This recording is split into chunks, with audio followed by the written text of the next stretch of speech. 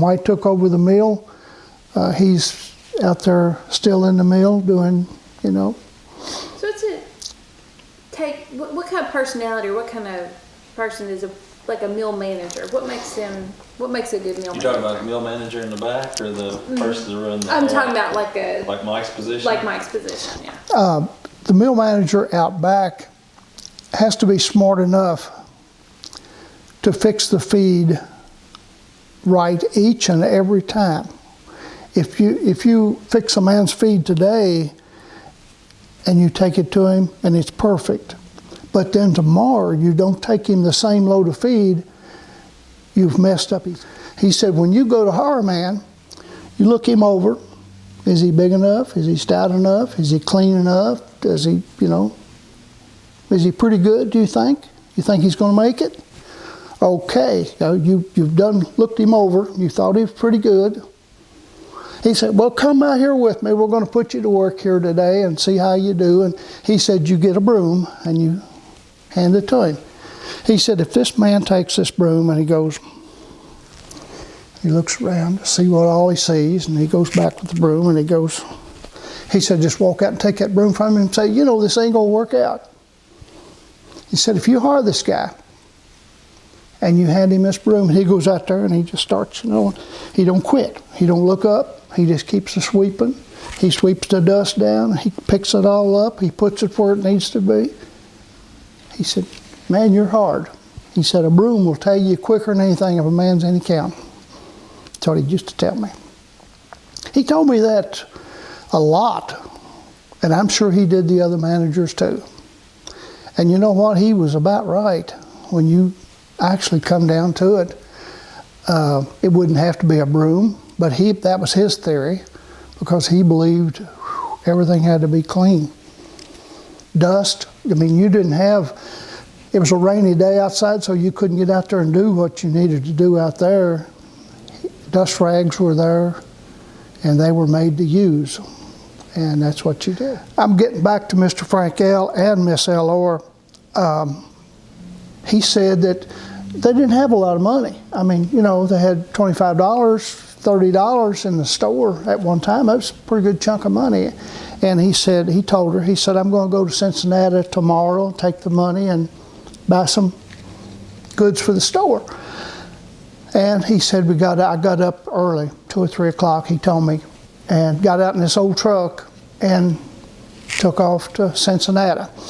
And she had him a list made, what she wanted for the store. And he got down there and he went to a Zussman's Dry Goods. And it was a Jewish place, and he knew them and what have you. And they went in and he told him he wanted so many pairs of socks. And he said, this man brought the socks over. And he said, I've got a deal for you if you're interested. And Mr. Hinton said, well, what have you got? And he brought out socks, loose socks, you know.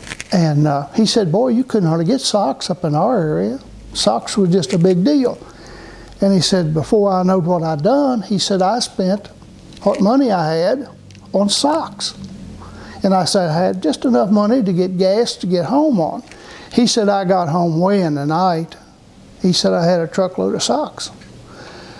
And he said, I went in and there Miss Hinton waiting for him to get in, and she said, well, what all did you get? Do we need to go on? He said, no, it'll be fine till morning. She said, well, what did you get? He said, he told me how many dozen pairs of socks he bought. A lot. And anyway, she said, what are we going to do with those socks? And we need all this other merchandise. You have ruined us.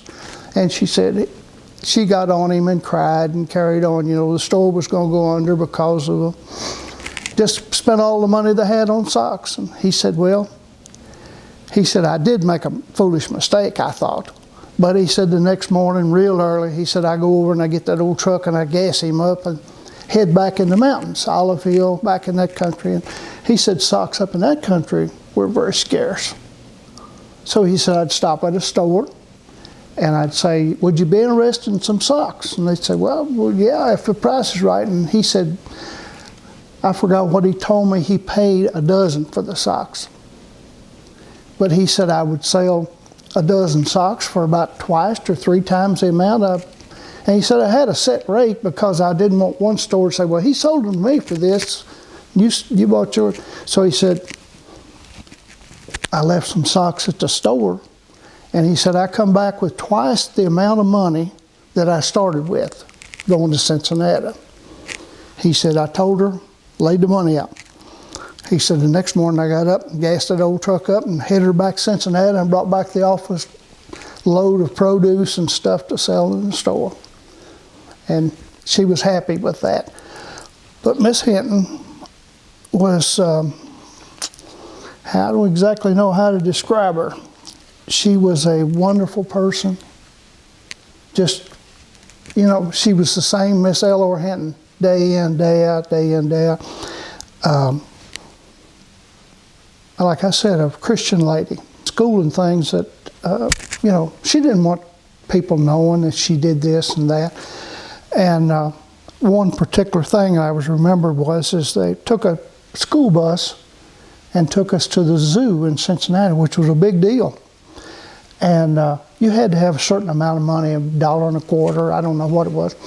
But anyway, and I know this to be a fact, she called for the bus driver to come off, and she said, here's money for some of those kids that don't have money to, yeah. And I know she did that, and she did other things like that. Smart lady, real smart lady. You'd have to really to have known her.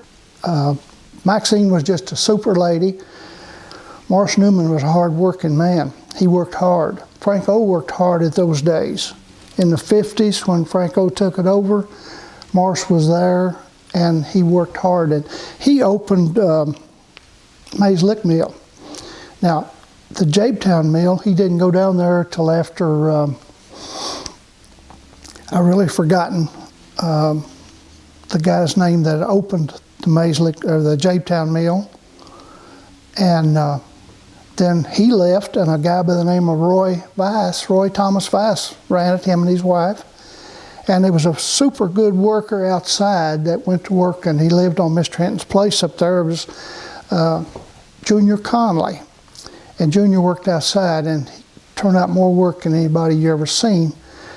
I don't know how Morris went to Jabetown and worked. I think maybe, and Mays Lick opened, and he went to Mays Lick and opened that down there. Super good businessman. He really was. Very likable. A good, honest Christian man. And that's how you describe people, you know, I guess. But he was super good with the customers, with his help. He really was. What was he like to work with? Oh, good. I learned a lot from Morris Newman. He could see you do something, and he would correct you in it and say, you know, if you'd have done this way, it would have been easier for you. And he was good. He really was. A big part of the Hinton Mills goes back to Morris Newman. Bud asked me, he said, would you go to Mays Lick and work part-time down there with Ronald Lawrence? And I think, to tell you the truth, I think he thought that when I went to Mays Lick that I was going to teach Ronald something that I knew over the past 50 years. Well, I got a surprise. When I got down there, Ronald Lawrence already knew he was ahead of me in the times. He had changed. I hadn't. He changed with the farmers on how they sprayed and how they, you know, did their crops. He was just a step ahead of me, to tell you the truth. It's hard to understand that you say a man worked 50 years in the business and you should know what you're talking about. But I would stand there and listen to him talk to a customer and realize, yes, I knew part of that, but I didn't know that whole story. And he did.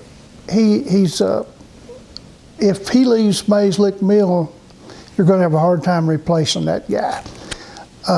We've had a lot of good people, and when I hear I'm talking about we again, I'm not in the Hinton Mills anymore. Well, I think it's telling that you still feel like that sure. you're a part of. Yeah.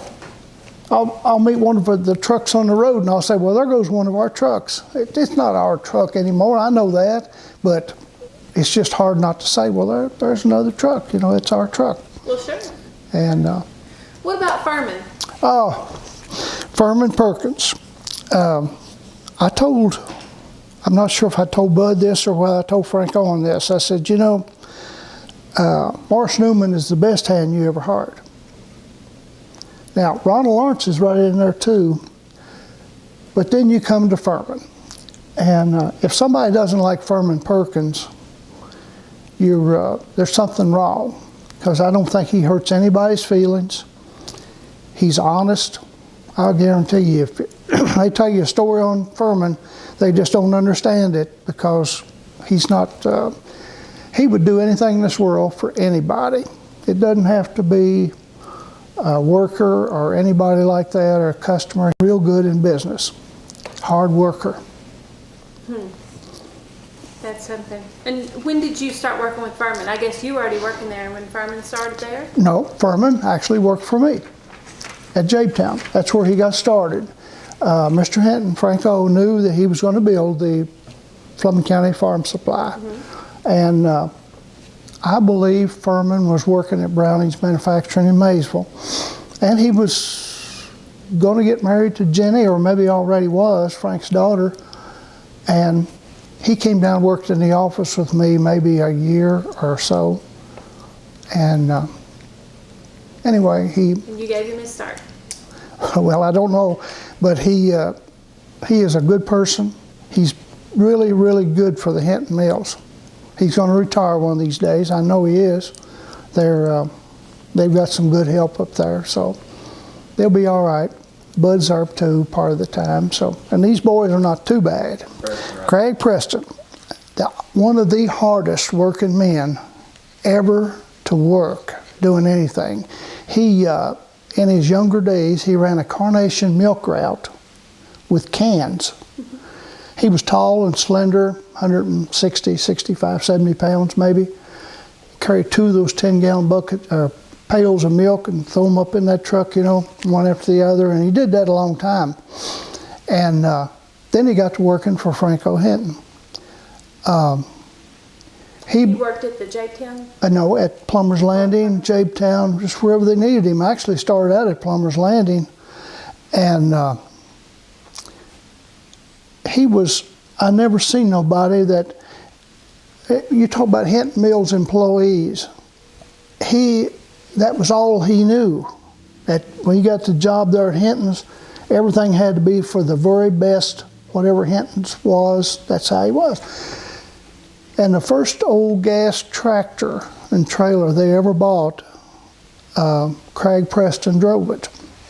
Now, he was driving a straight truck hauling in feed, but when they got this old gas tractor, why, he said he could do it, and he would go to Marion, Ohio and pick up feed from Master Mix Feed, and it was a long trip, and they would go up there, and this man,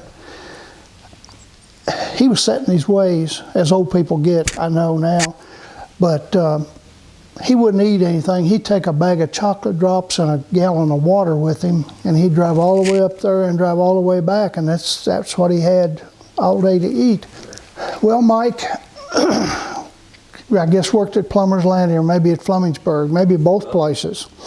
And then he came to Jabetown to work with me. Mike is a good person. He's worked hard, done a lot of hard work for us. And here I go saying us again, but he really has managed the mill now for, I don't even know, 10 or 15 years. And when I'm Charlie Boyd II. This is my oldest son, Blake, and my mother, Martha. And our operation is Boyd Beef Cattle, which is a family-owned operation. We would be the fourth generation in raising registered cattle, both Hereford and Angus. And we've been in Mason County from the very beginning, but originally started in Dover and Minerva area, and moved into it at Mayslick in 1973. 1973. You've been here a while. Okay. So when you guys came, Mayslick Mill was already here. And so tell us about how you started trading with Hinton Mills and what kind of business you and Hinton Mills do together. I mean, I I just remember as a kid that we'd always go to the Maze Lake Mill, and at that time, we raised most of our own feed, but we'd always take it to the Maze Lake Mill to grind it, and of course bag it, and seemed like on at least twice a week, but almost every Saturday, we'd go to the mill, and get feed, and if you wanted to see anybody in Maze Lake, more than likely, they were at the Maze Lake Mill on Saturday. So it's kind of, you got two things. You got your feed and you got to see all your neighbors. Makes a lot of sense. Tell us about your interactions over the years with different employees at Maze Lake Mill, maybe specifically about Ronald Lawrence. Maybe start with him. Actually, I graduated high school with Ronald, so I've known him forever. He's worked for them, at the mill, it seems like, since we got out of school, and has, worked his way up to where he's at today, and probably one of the most genuine, hard-working people I've ever known. Sounds good. And have you had the opportunity to interact with any of the other employees there?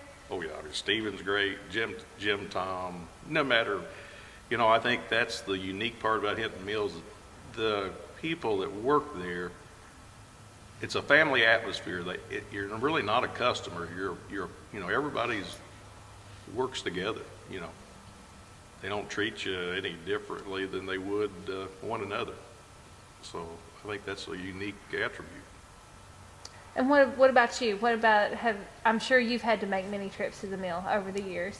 Yeah, I guess similar to what we try to do here. I like the personal touch that they offer versus going to some other places where you don't get that, and it's more of a corporate type atmosphere, and you don't get the personalized experience. And these guys kind of know what we're after and what we're looking for at times, and make a kind of more of a specialized approach to what we need, and custom fit, and it works real well for us.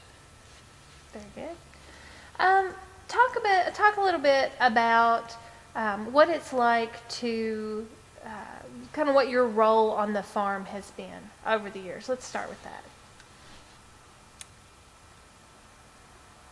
Well, I don't know. My role has just been cheerleader, mainly, and just making sure that when Charlie was at home and his sister Suzanne, we did a lot of things as a family. And like I said, we've traveled here, there, and everywhere with cattle, showing them when they were juniors. And then Blake is just out of being a junior right now, and all those activities are wonderful. But you just go as a family, just making sure everybody's fed and got clean clothes and on the right track, keeping everybody in line. That's not easy, is it? Well, talk a little bit about the multi-generational part of it. I mean, how proud you must be that your son is carrying on the farm and your grandson. Talk a little bit about that, or maybe how proud your husband would be if he saw everything that was going on and into the future. Oh, yes. He would be extremely proud. And it's all, and it's not something you can say, okay, you're going to be involved with the cattle and the farm. You can't make grandchildren want to do that. That's something they just learn. And that's something I'm very thankful for, because as a matter of fact, I suppose both our children and grandchildren are involved with livestock and farming. And why do you think that is? What is it that you guys maybe did, or why do you think they've wanted to stay involved over the years? There's got to be a secret ingredient, maybe ask Charlie, because their dad was very, very important. I mean, he was someone that you could ask anything and he would help you all he could. I think Charlie would be best remembered as a mentor for so many, not only his children, but other young people and people in the business.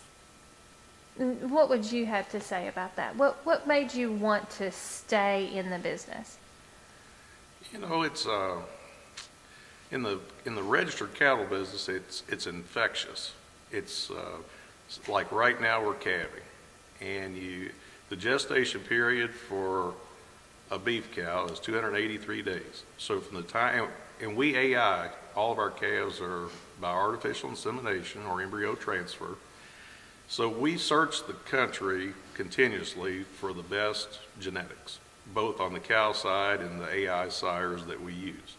So the time those cows are AI'd, you know, that anticipation to when they calve, that newborn calf that was born this morning, you know, watch them get up and nurse, and you no matter whether they had the ice storm yesterday or the rain and mud that's anticipated this weekend, and next week, you know, when it's 60 degrees and sunny and beautiful, watch those calves bounce around. Then they're a month old, then 2 months old, then at weaning. Then you see the fruits of your labor. You know, and there's two parts of that. It's when that newborn calf that you have anticipated for 283 days that has the genetics to be a difference maker, not only in your herd, but in other people's, unfortunately may die at birth. And so when you're dealing with nature like that all the time, you really appreciate those 60 degrees sunny days, and the calf that weans off at 750 pounds, you know, and he's a bull that has contributed to your herd and others, and you see the fruits of your labor. So it keeps that motivation and drive year after year for next year's calf crop to be better than the previous one. Makes a lot of sense. And what about you? I mean, what made you want to stick around and work with the family or stay with the business? Not because of the money. No, I don't know if there's any one set thing that drills it into you that you have to be here. You gotta want to have to be here. But if I think you either just kind of have that passion from a young age, or you don't, one way or the other. And I'm thankful the opportunity was here. I went to school with a lot of fellow classmates that didn't have that opportunity, that wanted it, and so blessed in that regard. But yeah, it's a passion I think you either have or you don't, and once you have it, it's something that's tough to get around. So you do it, and we're highly competitive in genetics, and so that just keeps us, that fuels the fire. So. Well, you know, it's interesting because you guys are 4 generations in, and Hinton Mills is 4 generations in too. So talk a little bit about maybe some of the challenges or the good things about navigating that relationship over the multi-generational kind of a thing, because not all families are able to do that successfully. And there's really, they're all positives. The only negative I would see in that transgression would be that, you know, I think sometimes people might feel that there's a sense of obligation to be a part of a family operation, because when you start to go 4 and 5 generations, that sense, well, I think I need to do that because I don't want to let my family down or break that chain in the generations, you know. And I think anybody could probably feel that, but I think it's unique, probably like in our operation as well as in Hinton's, that my grandfather and father, they did it for the next generation. I don't think like Mr. Hinton or Bud, they didn't build this for themselves. They built it for Adam and his brothers. And every day that when I get up, any successes that we have, I feel like those are successes for Blake and Logan, the next generation. They're not my successes. It's for them.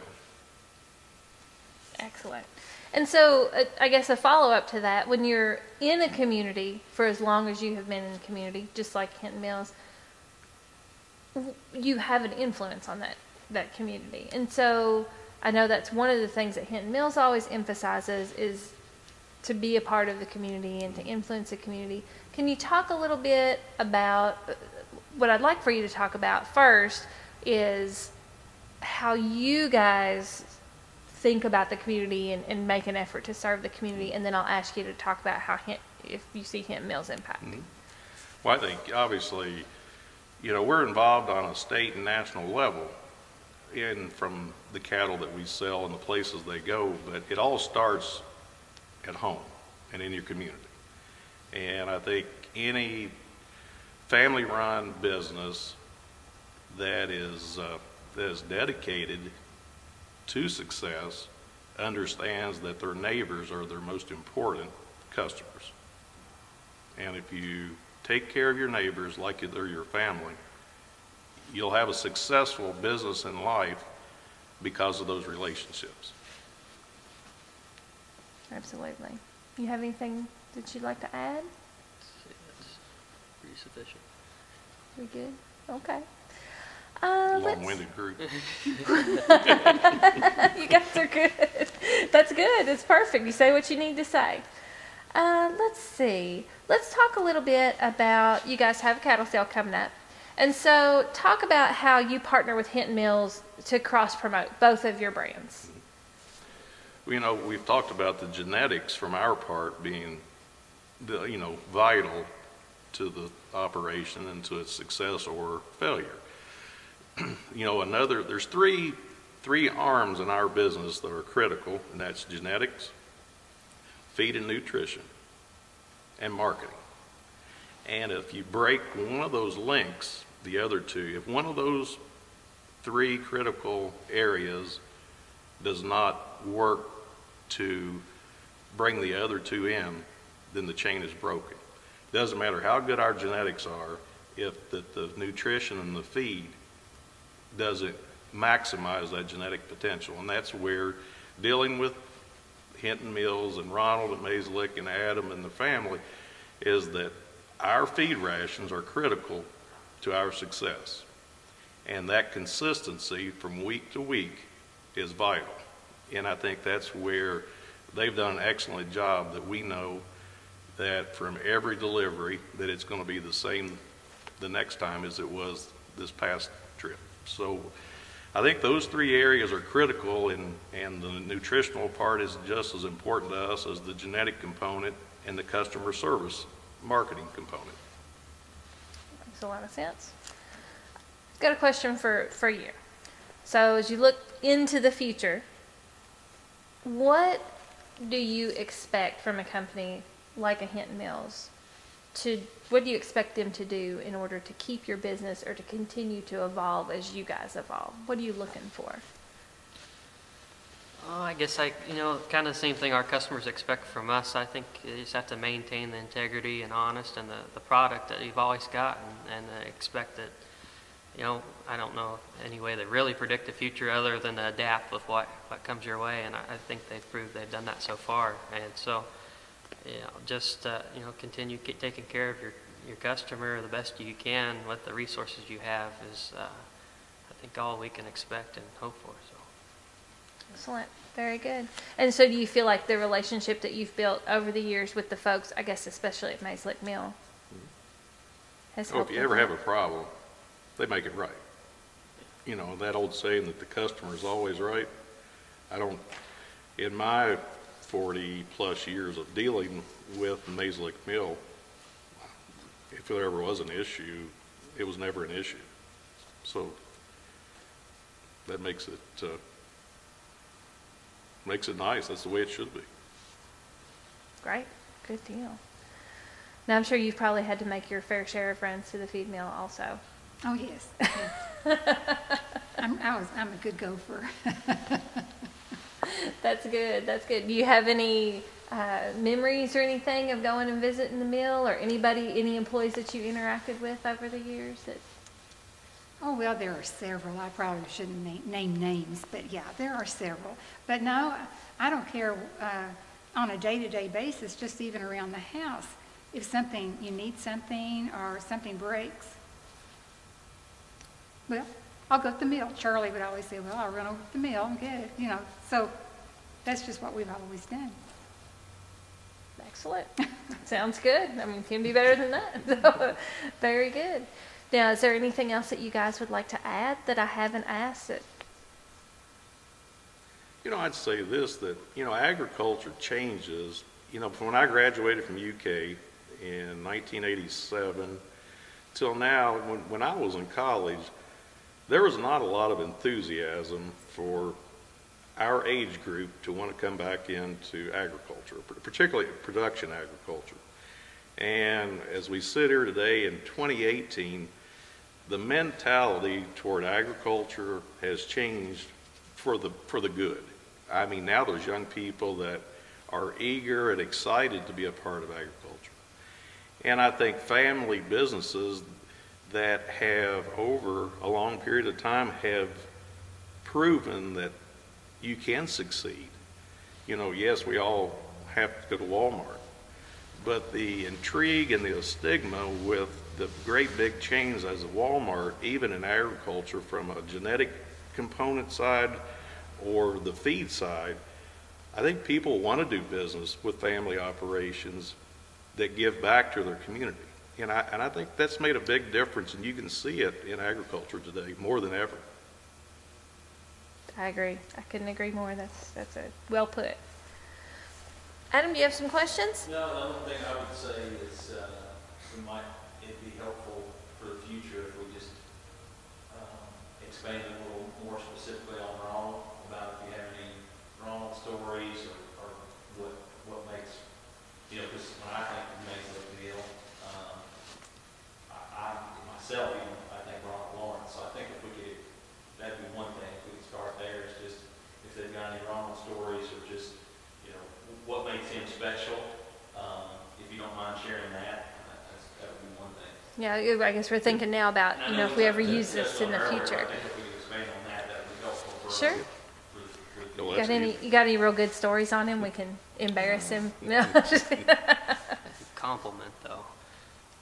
We touched on the great part about trustworthiness, honesty, and basically bending over backwards to help us. But I think another thing that makes him really unique, especially in today's environment where everybody's so specialized, if you go in and you need to talk to Ronald about something seed related, fertilizer related, chemical related, feed, and then other supplies, he's so well rounded and knows enough about everything that points you in the right direction, and not only just point you in the right direction, but get you headed off into a path that set up for some success. And we're not the best farmers in the world in terms of our forage and grain production, but he does a great job of kind of getting us set up for that. We're we cattle people, but maybe that's where we need some help, and they've helped us well in that regard. But just like I said, being well-rounded, knowing so many things about everything that I don't know who else I can name you that does that to that degree. So very, very appreciative of that. So. Excellent. I was into a painting project. Now, I know this doesn't pertain to agriculture, but Ronald did anything he could do. Let me call. I'll call the company and I'll see what they say, or he would make sure that particular color or that paint came in, and then he'd always call to find out how it worked, So that's pretty special. Yes, it is. I agree. And there's been several Saturday afternoons at 5:30 when you've got 30 more acres of hay to bale. There's a rain moving in and you ran out of baler twine. You call Ron and say, listen, I hate to bother you, so I'll be there in 5 minutes. Or if you thought you had enough feed to last till Monday morning and it's Sunday and you're out, and I hate to bother you, so how much you need, we'll run up here and just get whatever you need. It doesn't matter when it is. I don't think there's not a clock in, clock out with Ron Lawrence. It's clocked all the time. That's unique. Yes, it is. And then the other thing I was just going to see if you guys could expand, if you didn't mind, on just, maybe if you didn't mind sharing just like an overall perspective of Charlie Sr., of just kind of his passion for what you guys can continue to do. That's something that we didn't get too deep into, but if you don't mind just kind of sharing about his past passion, how that's maybe influenced, how Charlie Sr. influenced specifically you, Charlie and Blake, to be involved in doing what you're doing today. Like when I made reference to you love watching those calves grow after you've spent that year of getting to that point and you're excited, and when that special calf was born dead, and Dad would say, that's just part of it. And that part of it was hard for a long time to understand, but it was always positive. I mean, the glass was always half full. It was never half empty. And so that was a unique part that, we never dwelled on anything negative. It was always, the sun would come up tomorrow. So that's important, because I think if you look at things always in a positive light, it will be positive. So that was a unique attribute. Might explain a little bit about why you guys decided to stick around, huh? Well, we had some good friends, and they would always say, now, Charlie, what are you going to do when you retire? You need a hobby, golfing or fishing or, well, that was unheard of. I mean, Charlie, he'd say, no, I don't need one. And not long ago when they were visiting, I said, you worried about Charlie not having a hobby. But a hobby for Charlie was getting up in the morning and going to the barn to feed and go out and check the cows. That was his hobby. And I don't think it was ever considered work. Do you? No. No, I mean, it was just, that was what he wanted to do. No better way to live. I And guess. and as he said, always positive. Wonderful. Very good. Anything else? Unless Blake's got something to add. That could be a long speech, but Yeah, he was always afraid he'd stay in Oklahoma when he was in college there. He was afraid he wouldn't come back home. But yeah. So I don't know. From my earliest memories of him, we'd be riding around in a farm truck or maybe even a tractor, mostly a truck, and didn't really understand what's going on until probably a few years ago. That those were some of the greatest teaching moments, and more than I ever learned in the classroom. And my greatest professor or teacher per se, and I think probably something to describe him just as continuous pursuit for excellence. I mean, we didn't try to do anything average, and build upon what we said earlier, that make every generation better than the last, whether it be a family or cattle. I think that was the ultimate goal, to just make sure you keep getting better, and all while that was his passion too. So every minute of it was was enjoyable. So I think that's it in a nutshell, sort of. yeah, in reference to what he said, we'd be at cattle shows, and Charlie would be showing, and his colleagues would say, hey, just Charlie Sr., I believe Charlie's a better showman than you are. He'd say, well, good, that's what I meant to do. That makes me proud, and the same with Blake and the grandchildren. He always was, they'd rib him, well, I believe they're a better showman than you are, Charlie. And he'd say, well, that's the way it's supposed to be. Every generation should get better. That's great. And hard work. Oh, If it's yes. worth having, it's worth working for it. Get after it. You say there's no hill for a climber was one of my favorite little phrases. So. Yeah. Yeah. There wasn't any time for Charlie tried football in high school and didn't last very long because he couldn't be home in time to get his chores done. I understand that. Yeah. So it was a dedication to work. It wasn't easy. Well, but it sounds like you made it not so bad. So you said you've been farming your whole life? Yeah. And No, I was in the Army 2 years. you're in the Army 2 years. Where did you have to travel? Did you have to go overseas or I was in Germany Germany? for about 9 months. And then what made you want to come back and settle back at home? I didn't like the Army.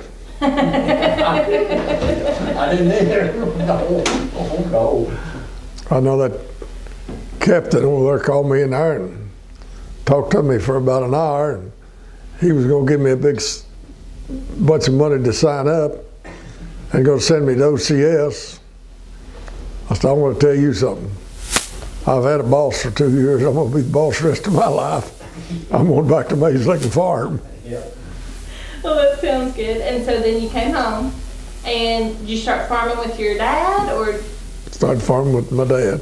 and what did you guys raise then at the time? What year was that? I got out of the Army in 1957. 1957? Okay.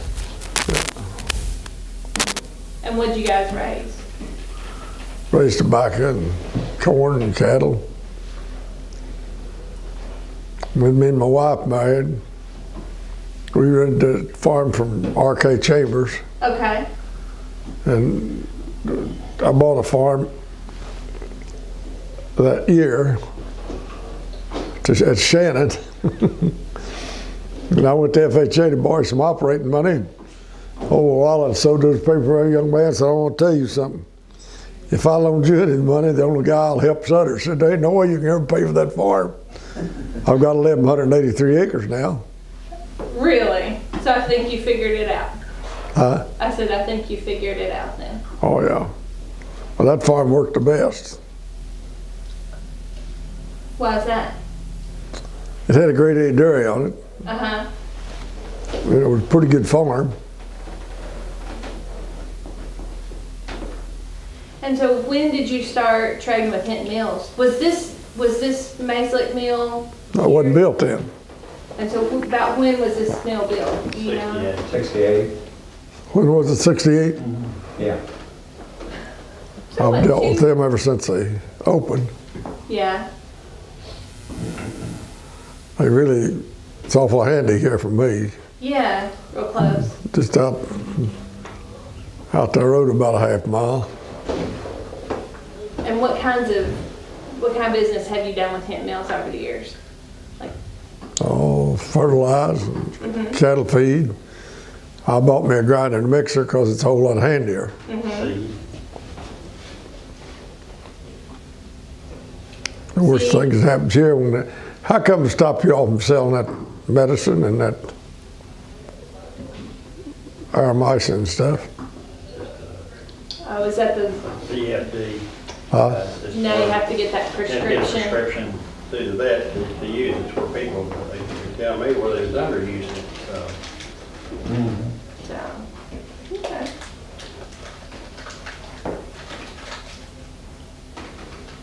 And what's caused you to want to trade with Hinton Mills over the years? Well, they're accommodating. Yeah. They're close.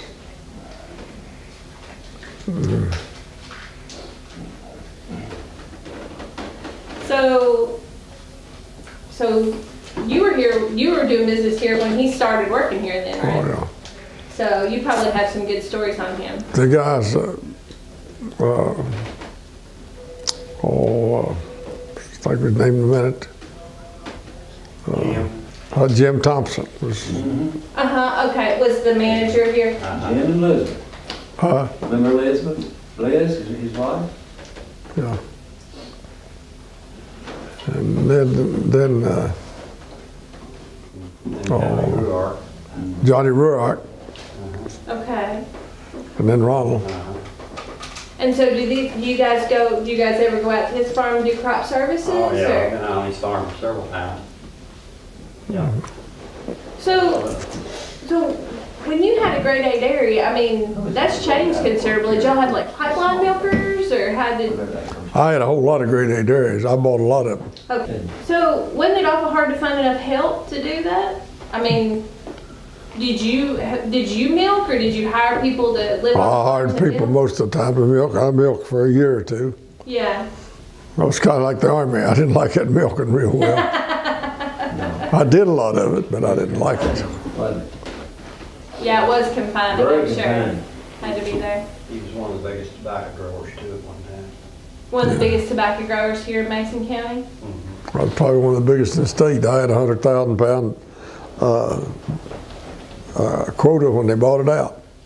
Really? And how did that happen? Like, tell me how you started and how come you just kept on getting more. What made you want to do tobacco? Well, I like tobacco. My neighbors all rented me their tobacco all around Slip Up. Yeah. Then I got to buying more land and leasing tobacco. And Uh huh. I got a check out of the Banner Warehouse in 1980 for $100,000. Really? One day sale. They said it was the biggest check that had ever been put out to one individual at that time. In 1980? That's a lot of money. There's a whole lot of money in 1980. Yeah, it's a whole lot of money right now. It'd pay your bills, I'll tell you that right now. It would pay your bills. Tobacco will pay your bill. And so it's awfully hard work. You didn't mind the work? No, when I was 75 years old, I could hang a bottom rail in the tobacco barn, keep up with the best of them. That's pretty. But I haven't been back in there since then either. So tell me how tobacco's changed over the years. So what was it like when you first started out? You guys burn off the beds like you were talking about? Burnt the tobacco beds. He burned all of the tobacco beds. Burnt your beds, but he didn't. Well, I bought a machine to gas them with. Well, but they didn't have gas at first. So you had a machine to gas them with. How'd that work? Because I always thought you just had the cans. No, he put the gas in the ground. All this thing, laid the plastic, put the gas in there, and the tobacco bed gasser. I don't know where I got that thing, tell you the truth about So it hooked behind the tractor? it. Yeah. And it laid the plastic and put the gas, like it sealed it down in with the plastic as it was going along? Huh. Well, that's interesting. I've never heard of that. And then, so then you went to float beds, like float plants? Yeah. And then tell me how I sold a lot of float. The first ones ever in this country, I got them out of Florida and sold them. Really? Sold a lot of them. So what do you think has made you a successful farmer over the years? Do you think it's because you latch on to new things and try new things, or is it just hard work, or what's made you so successful? A lot of hard work. And who did you sell to? Sold milk, Cloverleaf Dairy, Cloverleaf Dairy in Maysville. and then I sold to Cincinnati, depending on where the dairy was at and who was picking it up. But you know, back out then, there'd be somebody at your place wanting to haul your milk every week. Really? Because there were a lot of dairies There around? was 7 different, I was there at Shannon, there was 7 different milk companies past my farm every day. Really? And then what happened? Did they just start consolidating, or? Well, the worst thing that's ever happened is when they bought the tobacco quotas out. Why is that? That stopped the small farmer. You know, they'd milk 5 to 10 cows and raised from 1 acre to 3 acres tobacco and make a good living. And just as soon as they started buying the quotas out, Carnation started leaving Maysville. And Cloverleaf Dairy shut down. But you had Cudahy out of Santiana, that was a great sea outfit. And you had Cloverleaf, you had Carnation. Early bird always gets a worm. Yeah, That's right. I've heard that all my life, but yeah, That's true. That's true. that's really right there. It's just a whole lot easier to get it done early than it was late. Yeah, that's true. So, but you never had a big loss or anything over all the years you were farming from getting it out early? Well, you never did. I don't guess you ever carried any crop insurance, did you? Yeah, I did one time. One time.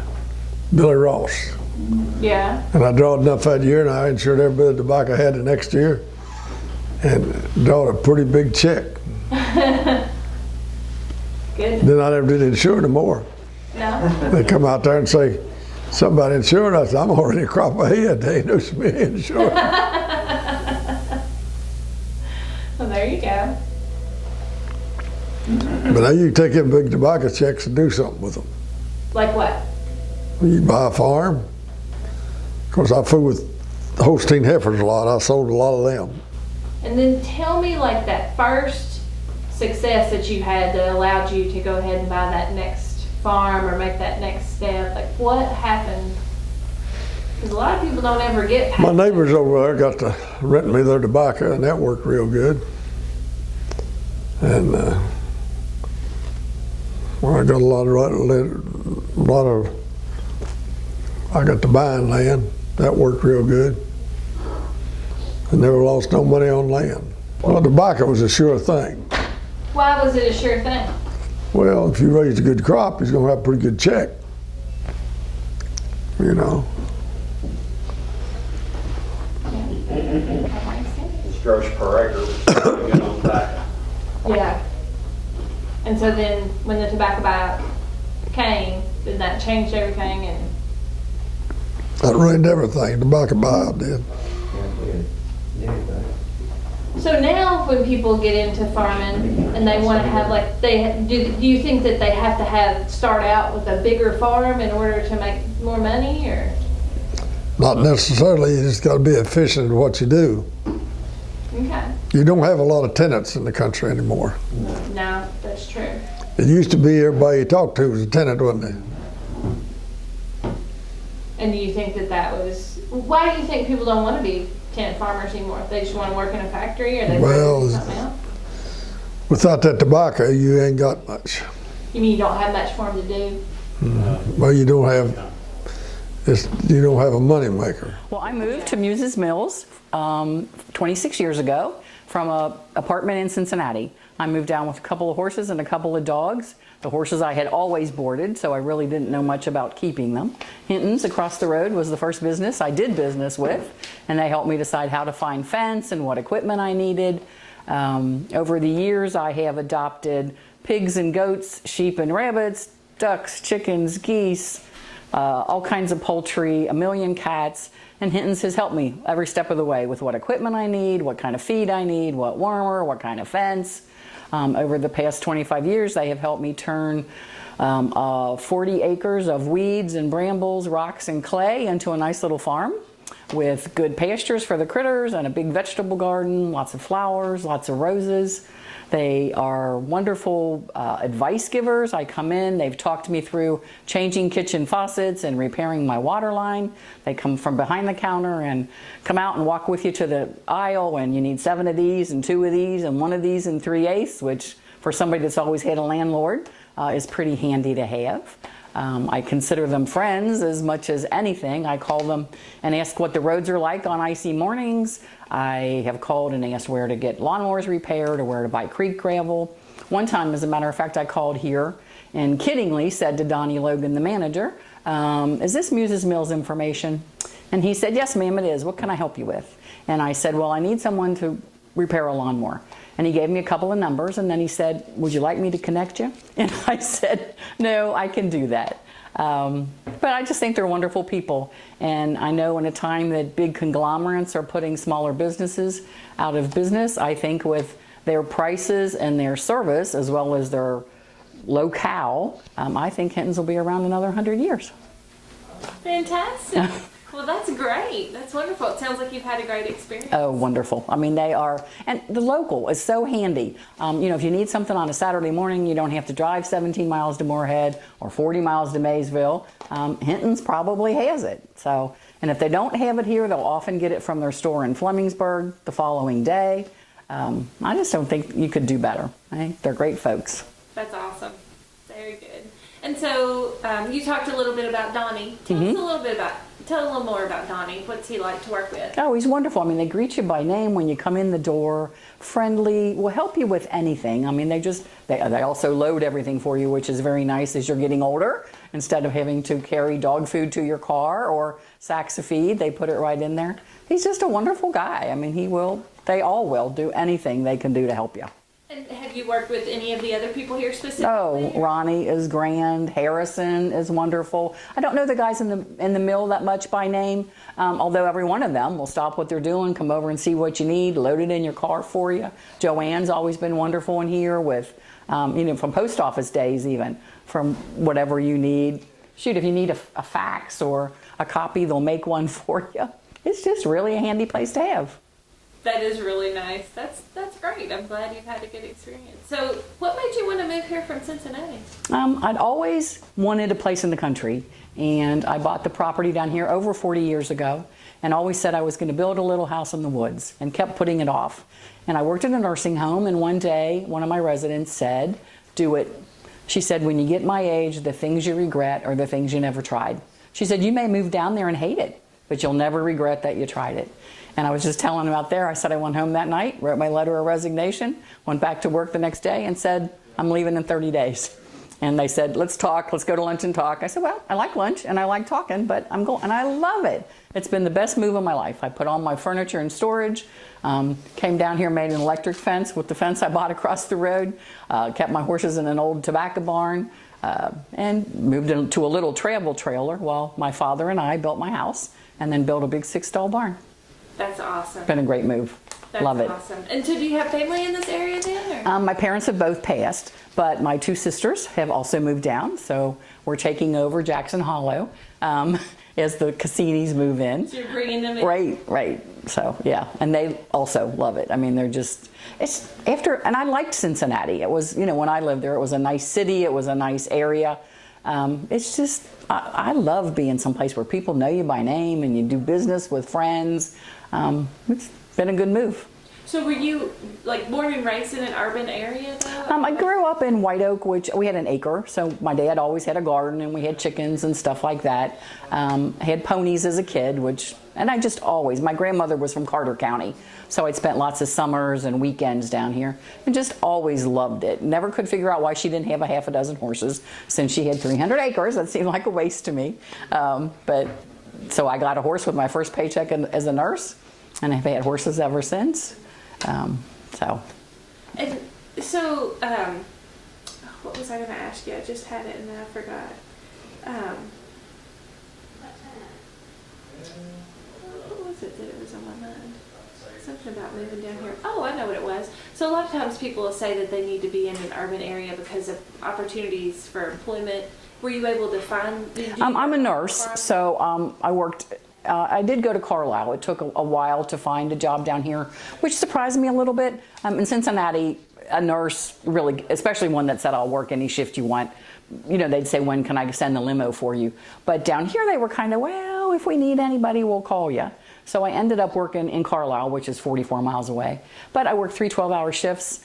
I have retired in the last 4 years, which is even better than working. I mean, it's the neatest thing in the world.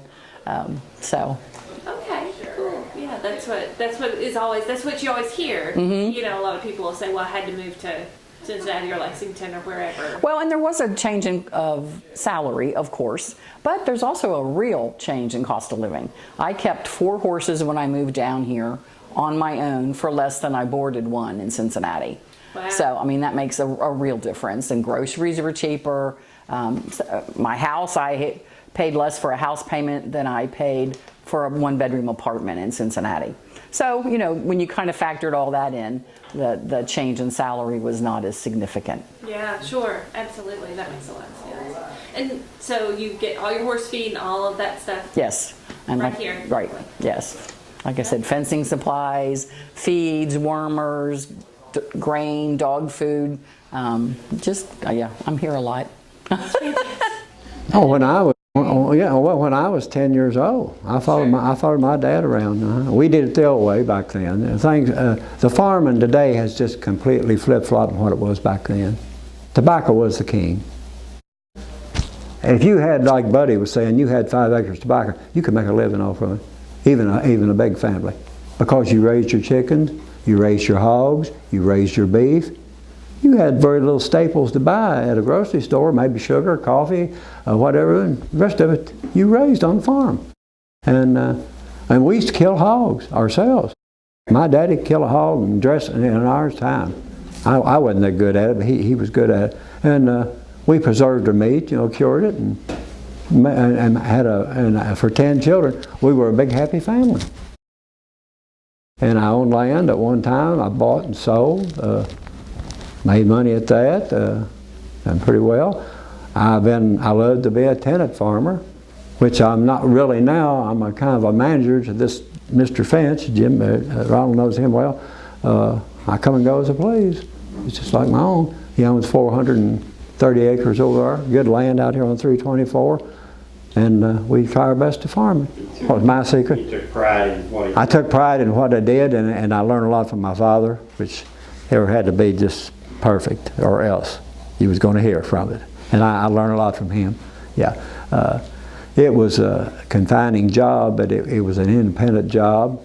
I loved it. I love it right today. I love to go in the barn and smell cured tobacco. You do too, don't you? I love to smell that tobacco. I never forgot it. And it raised my family. It raised my 4 children. 3 of them went to college, did well. Tobacco raised them. Tobacco put them through college. Sure did. They're local here now, most of them. I got a daughter, the youngest daughter is a registered nurse. And the rest of them work in the grocery business right here at Mays Lick, right here at the top of the hill. My wife works there, and she was a pillow of strength for me. We raised 4 kids. She got right out in the field with me and cooked 3 meals a day. Liz, my wife, she was great. She worked right there with me, side by side. Sure did. But it's great. It was a great thing, you know. You had all the independence in the world. You did good. You made a living. We needed a feed, seed, or fertilizer. We came right here to Hinton Mills, and to this day I still do. And wouldn't trade it for anything. It's the best. How many mills are around? Just Hinton Mills, aren't it? Well, they got 4 of them now. 5, aren't they? Got one in Cynthiana, haven't they? Okay. Well, they've been great. Been great people. Got all my tobacco supplies here, everything we ever needed. Got all the fertilizer here. Did well. For an old farm boy. If they wanted to, I would get them started at an early age and make sure they bought them a little tract of land where they could get started. And then go out, like Buddy Cropper said he did, go out and tenant farm to bring in more money and pay for the place. But my boys, born and raised on a farm, and helped me. Neither one of them. They said the money wasn't there and they didn't like the hard work. And I said, well, as long as you're in school, you will stay under my roof, you will do it. And they did it and did it well. But as soon as they were gone, they got into the grocery business, retail, grocery, and that's where they stayed. And it runs in their mother's family. And I said, okay, if you don't want to farm, don't. But no, I would advise young people to just watch out, don't overspend. Yeah. Because the money at farming is not there anymore like it used to be when I was young. It's just not there. And tobacco was the king. Tobacco made this country. It actually probably made this place right here. It was local. Local is local. Well, for us it was. We never was over 4 or 5 miles away, you know, and that meant a lot. And then you could get your supplements put in your corn when they was mixing it, and still do to this day, and it was a great thing. But someday your corn will be gone. It's about gone now. It'll all be shell corn. It helps the farmers around Hinton Mills, and then it'll go on to the store owners and everything, because they're going to spend their money somewhere, aren't they? Yes. Hinton Mills really helps. Yeah, it's one of the. It probably is the centerpiece of Mays Lick. It is. It is for all the farmers and a lot of other people. It's not farmers. It's the centerpiece of Mays Lick. This is where everybody gets to know everybody. Really. You can go to a grocery store and listen to the lies and things, but you can't learn anything there. But you can come here, and these guys, you don't know something, they're gonna straighten you out. They can come here, got it on paper. They've been a lot of help to me as old as I am. I'm a lot older than they are. They told me things the last 5 years I didn't even know. And you know, I appreciate that. So you told us about seed days. Tell us about why it's important for a company to have an event like seed days. Well, I think it gives the opportunity for the farmer to come in, and if he has questions about anything to do with seed, we have an opportunity to communicate with the farmer. If we don't have the answers, we can get the answers and get back with the farmer. It's a time to save some money on its purchases, and it's a time to make plans to what the farmer's going to do when it comes to putting his crop out. You know, it's time for him to make some plans, and we can help him make the plans on what his needs are. Great, perfect. And so tell me a little bit how Seed Days has changed, or maybe not even Seed Days. Just tell me about the kinds of products that Hinton Mills carried when you first started calling on them versus now. How that Well, from the early 70s till now, there has been improvements made into the varieties that we sell. For instance, with alfalfa, there are certain diseases that affects alfalfa.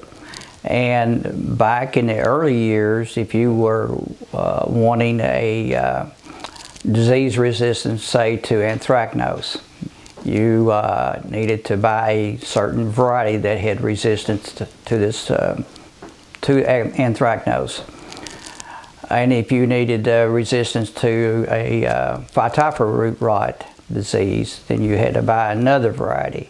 But today, you can get all that disease resistance built into one variety.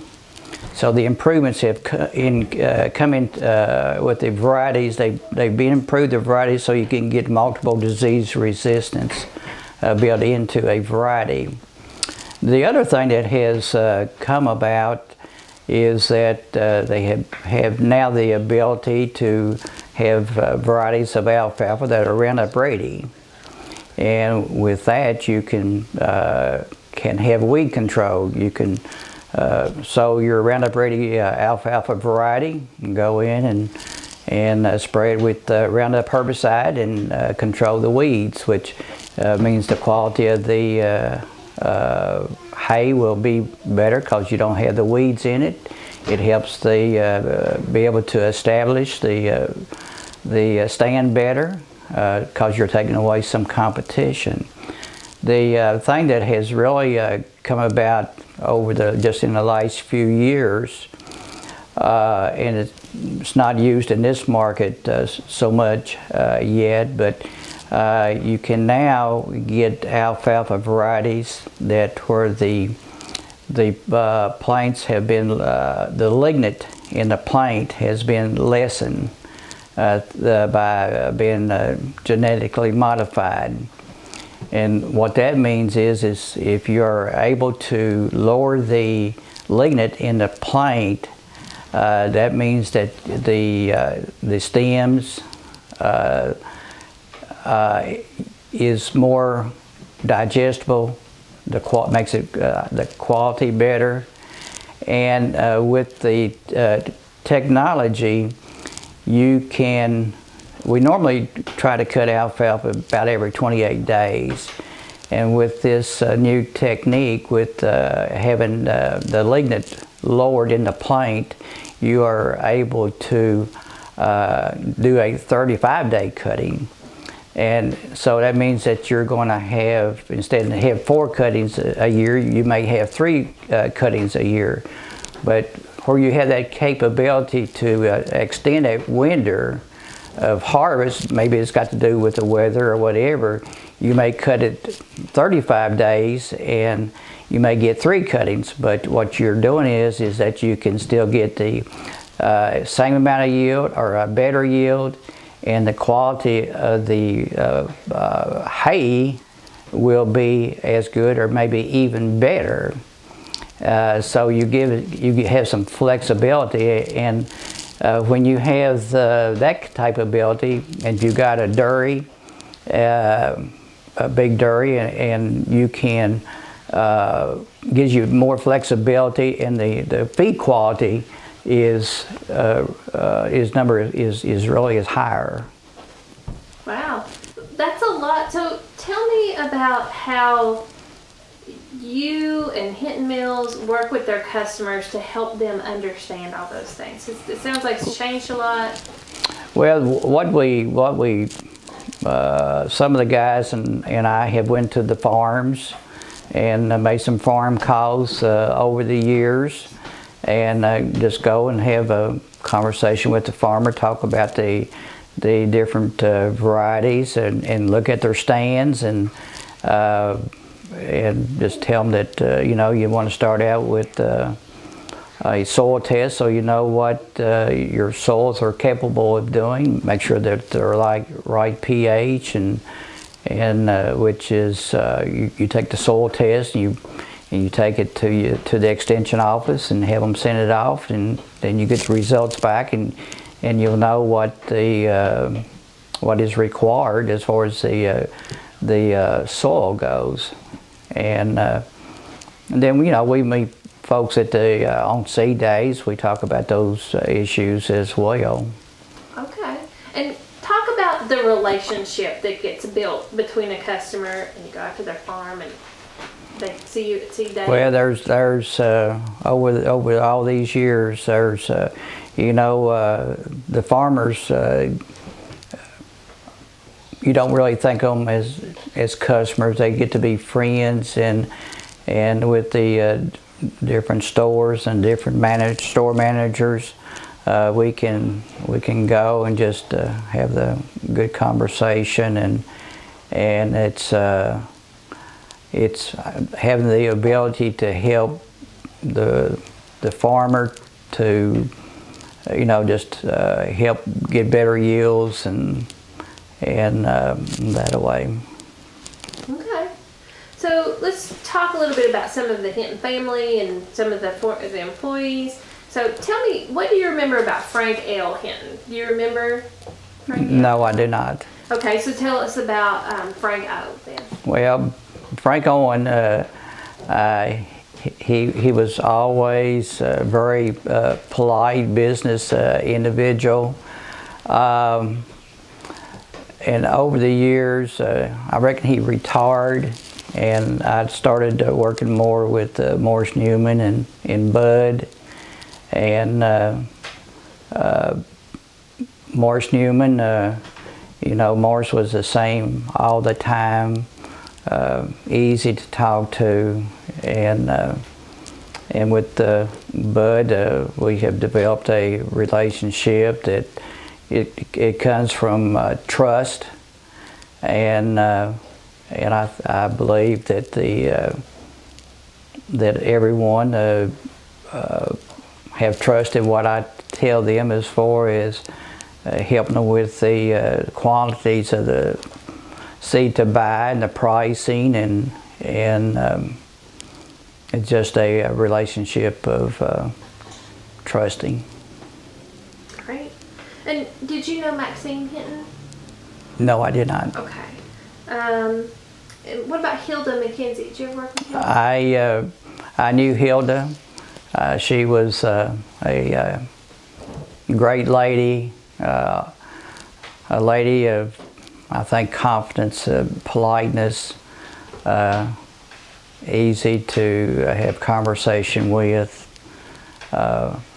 some good memories. Just in visiting with her and talking to her, she was doing the book work at the stores and everything. It's just a time that we would have a little conversation, and I can remember that I think that at one of the Christmas parties, I got to see her after she retired and everything. So. Well, that's nice. What about Joanne? Did you work with Joanne Shields? Yes, and Joanne, Joanne's is a lady that to me was easy to talk to. We talk about her and her family and everything, and just easy to work with as a bookkeeper, and you just become friends, and you learn about everyone's health problems, and you just get to be like a family with all the stores and their employees and their managers and everything. Wonderful. And did you work with Bill Cooper at all? Oh yes, yeah, I did. Yeah, Bill and I have had a lot of conversation over the years when he was managing the store, and we would have seed days, and his wife would come and help with the meals, and got to be really close, and just a real nice person to work with. And so who did you work with most closely when you were starting seed days? Who would have been the team that started that? I remember farming. I reckon at Fleming County Farm Supply. Farming was when he was in the reserves. He was a cook, and he, to me, you know, he could take whatever meal that was needed. He knew what to get and how much to get, and I think Teresa was involved in some of those early years as well. And if you needed something to done, you just asked them, and it would be taken care of. Well, with Furman, he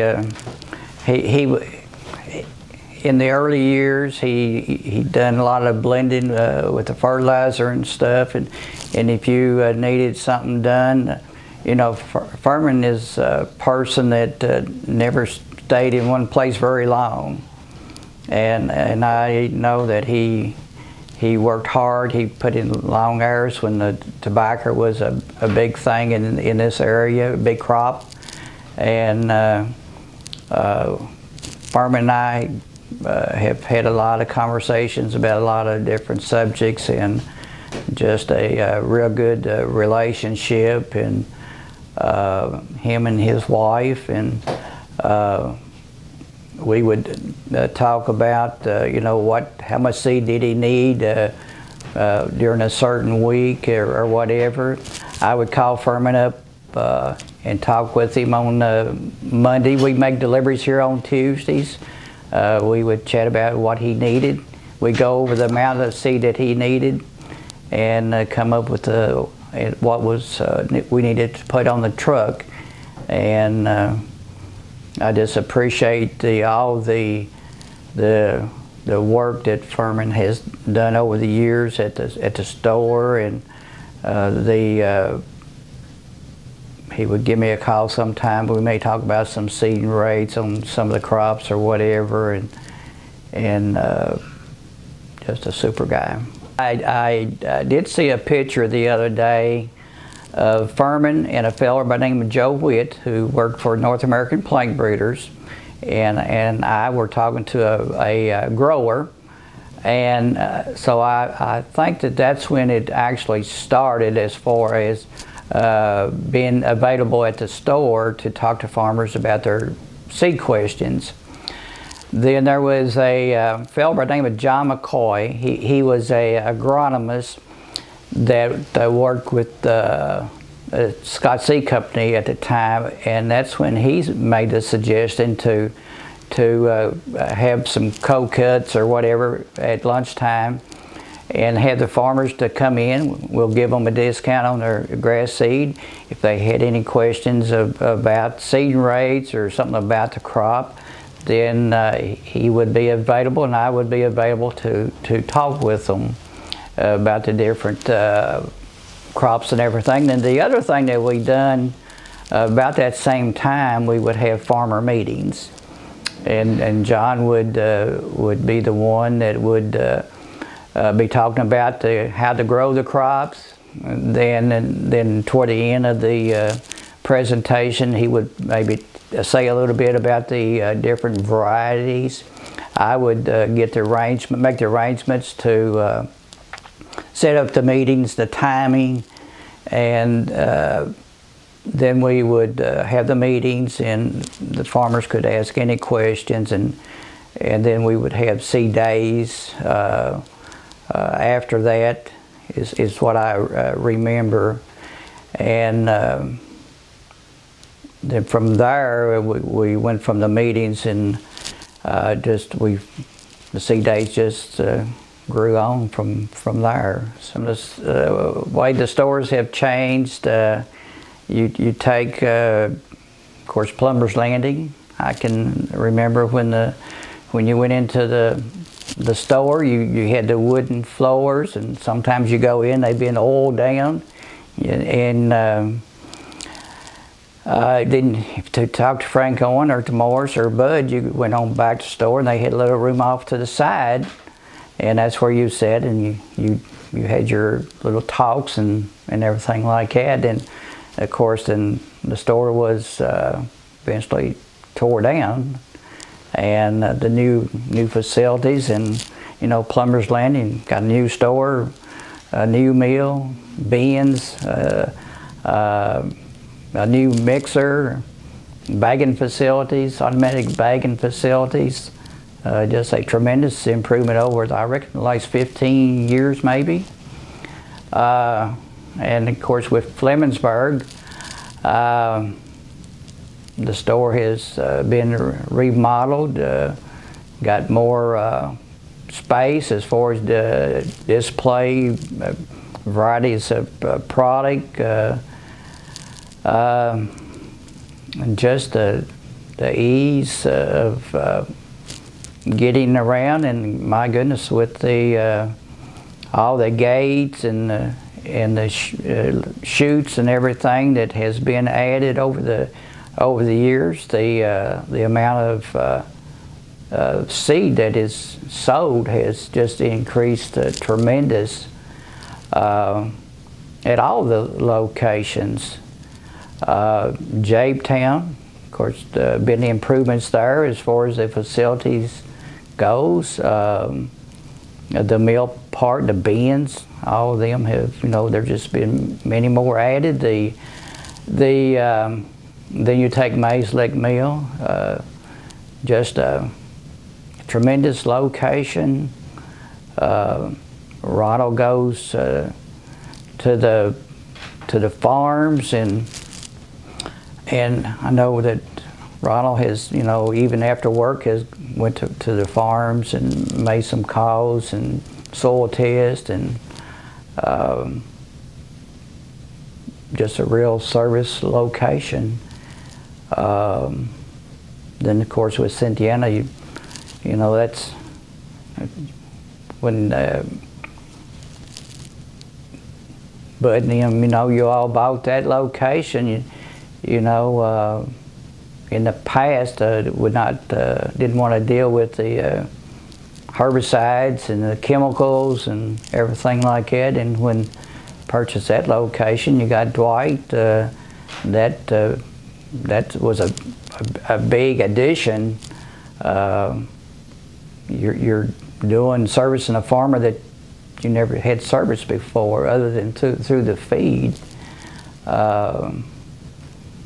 The computers have been added. I can't remember how long ago that was, but maybe, 20, 25 years ago now.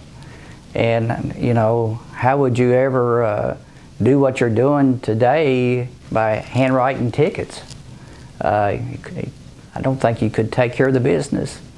And with the, the system has been upgraded, and then, you got, Bud got you and Nathan and Matt into the business, and it just keeps blooming and growing. The business has expanded to not only, Mason and Fleming County, but you go to, I reckon, Madison County, to Eastern Kentucky, Grand County, Northern Kentucky, Ohio. Expanded so much since back in the 70s and early 80s. People look forward to seed days. People look forward to the seed days to buy their seed, to get their discounts. They want to know when seed days are going to be. And like I've mentioned, there's people that comes, they may not even buy anything at a particular day, but sometime during that week they will buy something. And I think it's just an appreciation to the community for what is done. When the seed days started, Jim Thompson was the manager. I think that's the right name. And there's something else that I think really helped in some of these locations. We put out a alfalfa plot across from the mill, and then we brought in, it was the judge Ross, I reckon Billy Ross, we put out an alfalfa plot there, and we were able to put out several different varieties. Then we brought in dealers to that alfalfa plot, as well as the store managers and stuff. And I think it really helped our seed business at that time. But I think it also helped Mays Lake Mill in that location to increase the alfalfa that they was selling. And then after Jim Thompson, there was Johnny Ruark. And Johnny, we made some calls and everything. Then Johnny left and Ronald came in. And I think Ronald was a little hesitant about doing that particular job, replacing Johnny. But Ronald has grown so much as a manager of the store that he gives 110%. If he wants to know something, he'll pick up a phone and call. If he has a problem, he'll give me a call, and we'll go out to the farm and talk, and we look at the fields, and we learn from each other. I didn't know everything, but Ronald would ask questions, and I would find some answers, and he just enjoys helping the customer. And like I mentioned, he will go the extra mile. Not saying that the other guys would not, but he allowed me to put in the amount of seed that I thought was needed, and usually it worked out. And but I can see the progress that Ronald has made from the first day he worked till today, and he has just grown so much in his knowledge of whatever he sells. And if he don't know the answer, then he'll chase it down. And farmers appreciate Ronald and everything that he does for them. Got Sam White. That location has got a unique customer base. They're coming from Nicholas County, part of Fleming County. There for a while, there was people coming from Harrison County and really a touch of Bourbon County as well.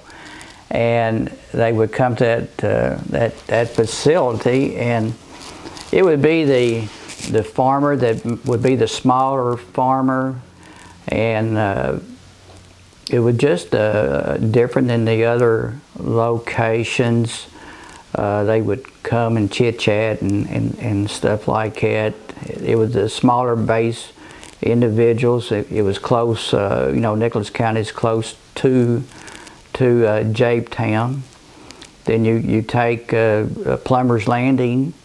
Over the years, that location has changed.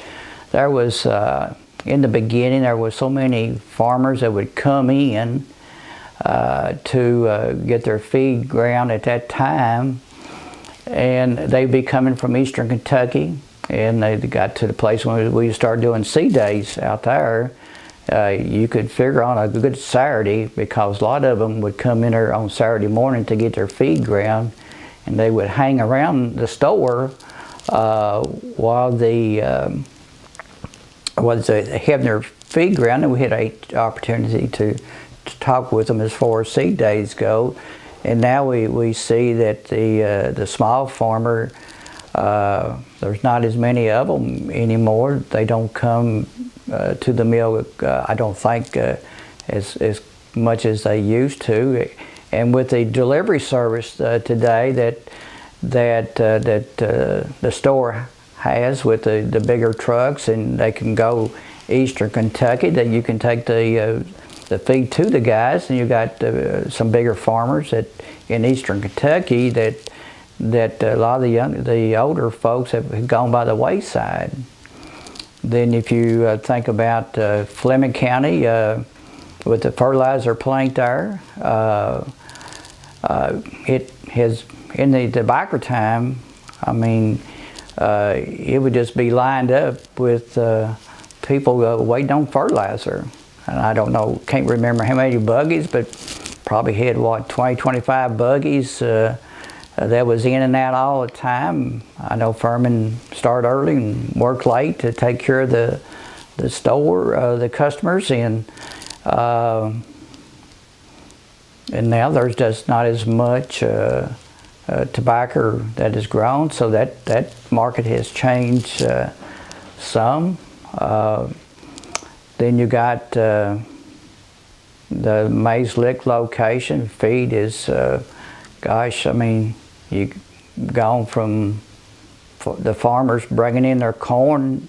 Now you deliver so far, such a distance with your delivery trucks. The personality in that location. You got the larger farmers. Dairy used to be big, and of course that has changed. Fertilizer has been big over there, but that personality of people is, and you get some folks from Ohio. It has really changed as well. You just don't have the small farmer as much as we did it back in the early years. And then you got the Santana location, and with that, used to be mainly seed corn, some soybeans, and grass seed and fertilizer. And today you got, Dwight has expanded that business into the larger farmers doing spraying pasture fields, spraying corn for weeds and the soybeans, and that market has expanded not only just from Harrison County and a touch of Bourbon County, but I mean it goes into Grand County, Scott County, up into Fayette County. So that market area has really developed and scattered, and now with the bag feed coming over, it just the business has really grown. So all the business has grown so much over the last 10 years. How do you think that Hinton Mills has been able to be successful and stay in business for the last 100 years? What do you think? Can you describe why you think that Hinton Mills has been able to stay in business and be relevant for the last 100 years? Customer service. I think it's in any of this type of business, if you're going to succeed, it's got to be customer service, customer based. You take care of the customers, they will take care of you. And that's the way that I think this business is. The people I work for, it's all customer based, and you want to take care of the customer just like you want to be treated and taken care of. Hinton Mills is a company that is customer oriented. They are trying to be ahead of the game when it comes to servicing the customer with the best products that's available on the market.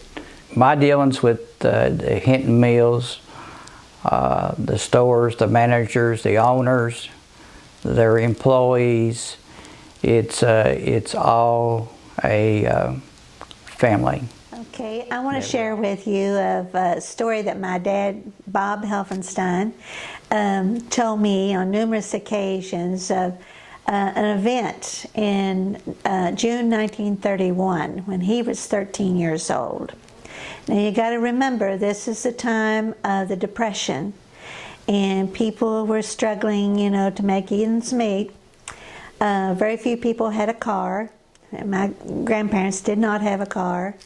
But at this time, Owen Muse purchased a school bus. And so the big event was being held here at Frank Hinton's. It was a circus, and it was also the big sale. So Owen Muse brought a school bus load of children. My dad was 13 at the time, to Plummer's Landing, to the big circus. And my dad still, about a month before he passed, he still, with a gleam in his eye, would tell me this story, and I had heard it many times over the years. Anyway, he came to the circus, and there were lots of animals, different kinds, elephants, there were 4 or 5 of them. And the kids got to ride them. So Daddy was excited about riding the elephant, but he was more excited about the Old West show. And there were bucking bulls and roping calves and all kinds of things happening. And Daddy decided he wanted to be a cowboy. So that thought didn't leave his mind most of his life. And it was such an exciting day, and such a big crowd was there, such a big crowd that Frank and his employees threw prizes out the upstairs window. And so here's with all these fights happening, because everybody's fighting over these different prizes. But Daddy didn't get a prize, and he didn't care, because he was more excited about what he was going to do when he got home. So when he got home, he decided that he would go out and try to ride the bull.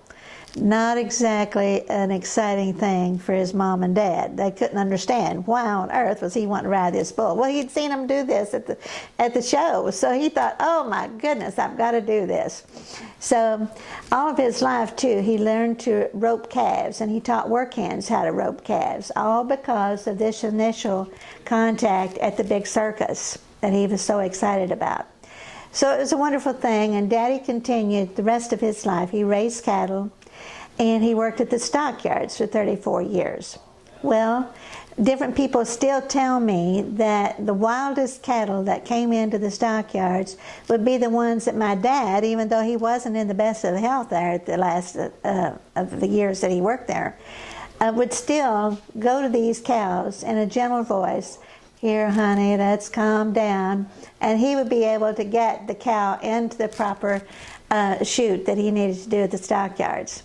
So he always had a love of animals, but I think it all started of what he could do with animals at this Old West show at Frank Hinton's great circus that day.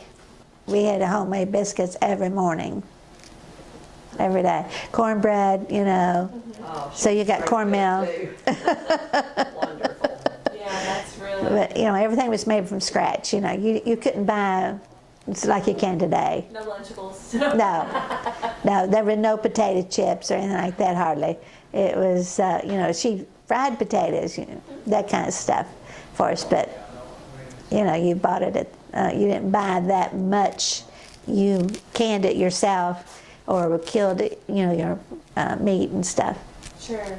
Raised 100 chickens. You know, I can remember when we got our first freezer. And so we killed chickens and we put them in the freezer and we'd have them, you know, hear the Sunday fried chicken. Well, we had more than Sunday, but every Sunday we had fried chicken. Yeah. So what did you do before you had a freezer? I guess you just killed them when you needed them. Yes, true. Then you had chicken and dumplings when they got too big to fry. Gotcha. And you raised eggs. You had eggs. Now we also you could trade eggs for part of your groceries instead of paying money. Then if you had a bunch of eggs, and then Frank would take them to Cincinnati and trade them in. The next story I was going to tell you is my dad then, this was probably 10 or 15 years later, married my mother in 1940, Dixie Blair. And they started housekeeping there at Goddard. And it was kind of the trend of the time to raise 100 chickens. You'd buy 100 baby chicks in the spring. And Frank Hinton sold MASH, they called it. It was chicken feed. And so you would buy it by the large cloth bags. And so it was kind of the trend at the time for the ladies to save these bags and make things from them. Actually, my aunt made all my dresses for the first grade from feed sacks. So it was a gathering on Saturday at Frank Hinton's when you got your groceries and so forth, and ladies went too. And you traded, if you needed more than one of the same pattern, you traded with some of the other ladies. They'd bring what they wanted to trade. And then you'd have enough material to make, some ladies made shirts and everything, and dish towels was probably the biggest thing. And Elaine has a dish towel here that from the feed sacks. Some of them make quilts. Mother has a quilt made from feed sacks. But it was a wonderful time for women to exchange patterns, feed sacks and so forth, bought at Frank Hinton's store. And the other thing was Frank had everything. I mean, household goods, clothing, boots, and plus all the farm supplies that you needed. And so my mother-in-law, in her last days, when she was a total bed patient at the nursing home, Woody went in one day and the nurse was saying she keeps trying to get out of bed. And so Woody asked her, "Mom, why are you trying to get out of bed?" And she said, "Because I want to go to Frank Hinton's and get me a pair of slippers." So, you know, we have been customers of Frank Hinton's for generations, and we appreciate, and we still are, and we appreciate all the fine service that we get.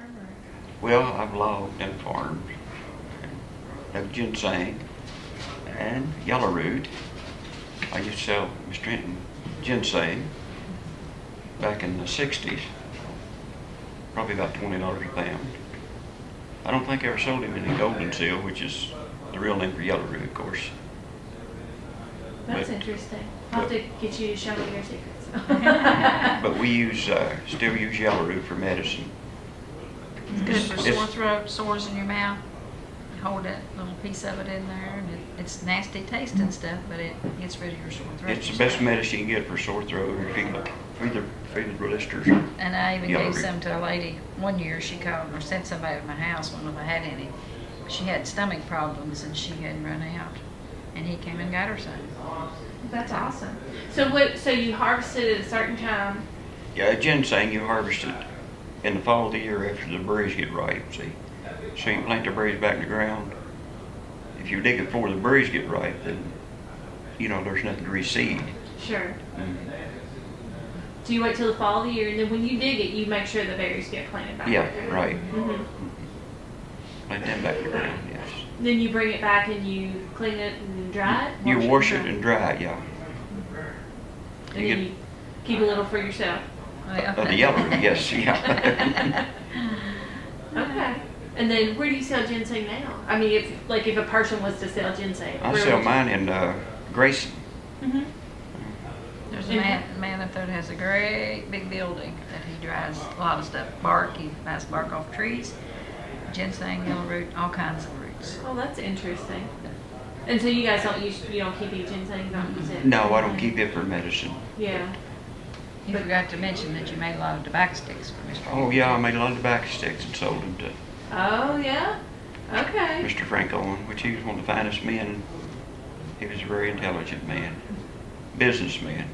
So you knew the Hinton family then, I guess? Oh, yeah, From the yes. time you were... Yes, I have. You were born. And so, tell me about making tobacco sticks. I bet that's kind of the lost art too, isn't it? Yeah, it is. Of course, nobody needs any room anymore. Nobody's raising tobacco. So tell me, like, start to finish, how do you make a tobacco stick? How to make tobacco sticks? I should have brought my tape, shouldn't I? Oh, do you have? I've got a tape of it. Well, you cut your timber down and you cut it in blocks and then you bust it out. You know, you make like 8 pieces out of each log. You take the bark off of it. Then you got a froe and a mallet, and you split them out with the froe.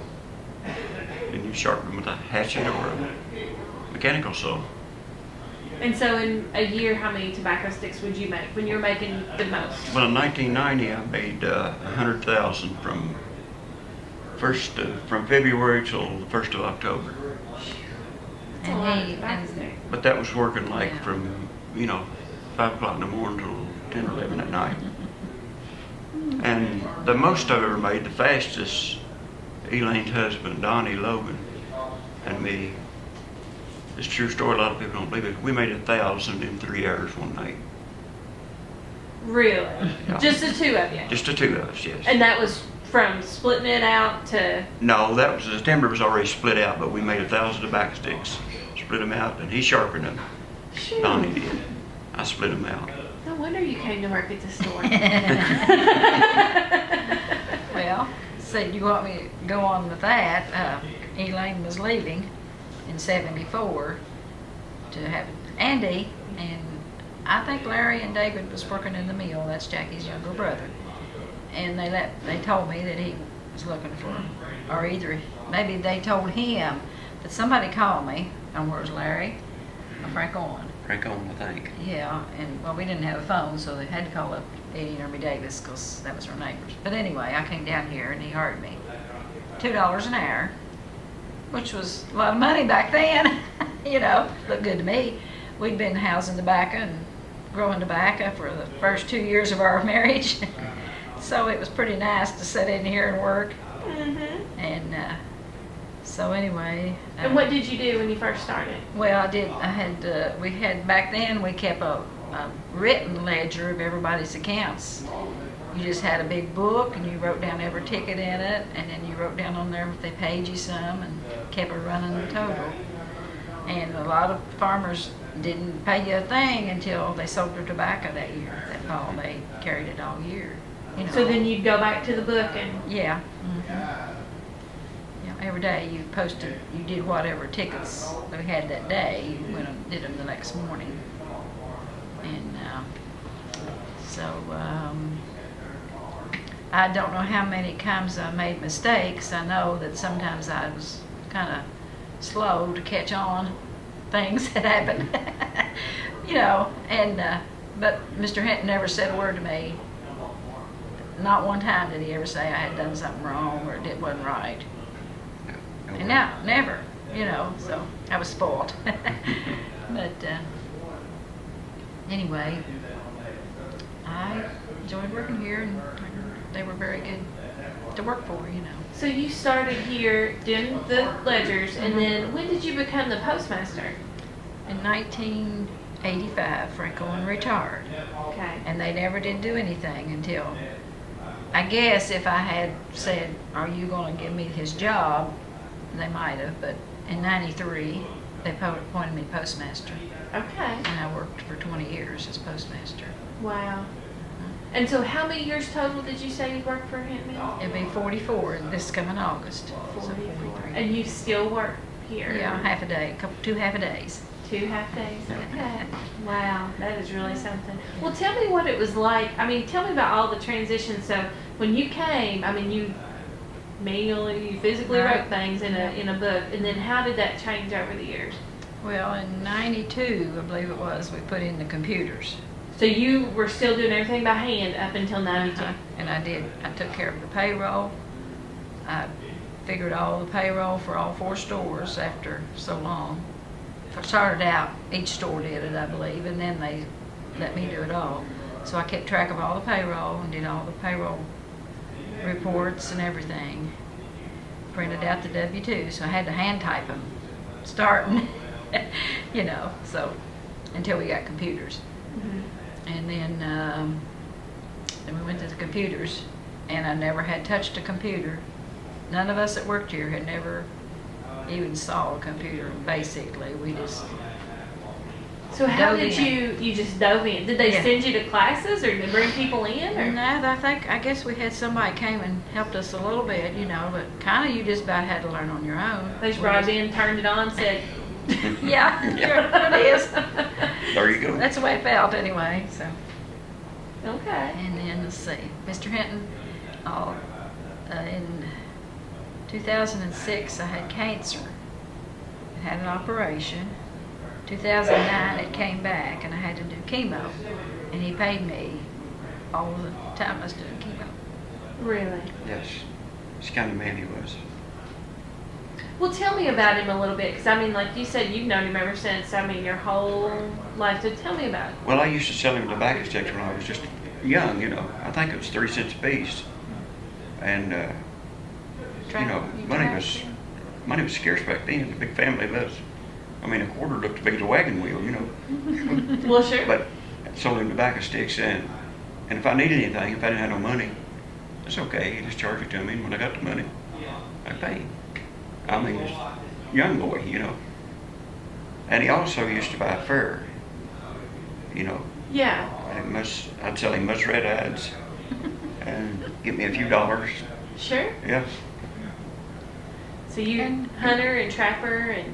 I used to be used to. When I was younger days. Younger days. Okay. And so, what other Hintons were you around too? Were you around Mrs. Alora any or? Not very much. Okay. Some, yes. Okay. And then what about on up through? What about Mr. like Buddy and? Oh yes, I've been around Buddy a lot. Okay. Yeah. We used to go coon hunting. Oh yeah. Yeah. Okay. And he and Elaine went to school together. Yeah, we went to school. When he together. went? When I went. I played hooky a lot. Well, sounds like you had some things to do. I did the work. Yeah, do you imagine a kid of 8 or 9 years old logging a mule, behind a mule? I remember Miss Davis telling me, said he'd come out of them hollers and he'd have ice froze up to his knees on his clothes. Oh my goodness. And he was worked. snow. Instead of going to school. Now, he could have been at school, you know, and he didn't really want to go. He wanted to work. I did work mule to go to school. How many brothers and sisters did you have? 8. 8 brothers and sisters. I see. Okay. And how did you guys meet? Well, go ahead. You want to tell them how we met? Well, Brother Wendell Cooper is a preacher, and he lived right up the road. Mm-hmm. So he was pastoring a church in Lewis County, and that's where I went to church. And so Penny and Peggy, his 2 young daughters, wanted Jackie to come over and meet me, I guess. And so they had the thrill. They got to ride over to church with Jackie in his old 64 Mustang. Mm-hmm. That the door would fly open. Yeah. On the passenger side. I mean, they still talk about how much fun they had. So we got to go on together. So when you started working here, was it here or was it No, actually? it was in the old store. Tell me about like what the old store was like. Well, it was a big old 2-story building, a long building, and they had a small office on the side, in the yard here, in Donnie Lane's yard is where the building was. And because so you sit back in there, you did your work. Of course, you waited on customers, or you swept, or whatever you had dusted. You know, we just did everything that you Oh, they needed sold to them. do. They sold them. Huh? They sold a lot of different stuff back then. Well, yeah, a lot of feed. Had several dairy farms then. A lot of people bought feed. The mill was over there. Groceries. Yeah, they still had a few groceries when I started. They kind of phased that out, but there was a few. Upstairs we had clothes, caps and coats and boots and shoes. And downstairs was mostly chemicals, just every kind of hardware. And the little post office, which is that little thing there, was in the corner, catty-cornered in one corner in the back. Okay. And So did people generally come? I mean, because people generally come as families, and shop for stuff because you had more stuff, or was it generally still just like the men that would come, or? The biggest part was probably just the men. Some women would come, for certain things or whatever. There's a few farmers I know still that I never saw their wives. Sure. They just didn't come. So. And then some women worked out with them, and they come and got stuff. Sure. And we didn't. And a big day, probably back then we might have took in $200 or $300 until tobacco selling time, and people would come in that same day. They would bring that check, they would bring the money the same day and pay their bills. Well, and so that's something that's pretty unique. So talk a little bit about that, like how that whole system worked from when people come in and buy chemicals and seed and all that stuff for tobacco all the way around to when they come back? Okay, well, you know, in tobacco you had your seed, your fertilizer, your tobacco bed supplies, the canvas, and then it went to, instead of burning tobacco beds, you got chemicals to do it with. Everything was different. Of course, they'd get all that, and usually that would stay on their bill until the end of the season. And then the next thing, of course, was fertilize.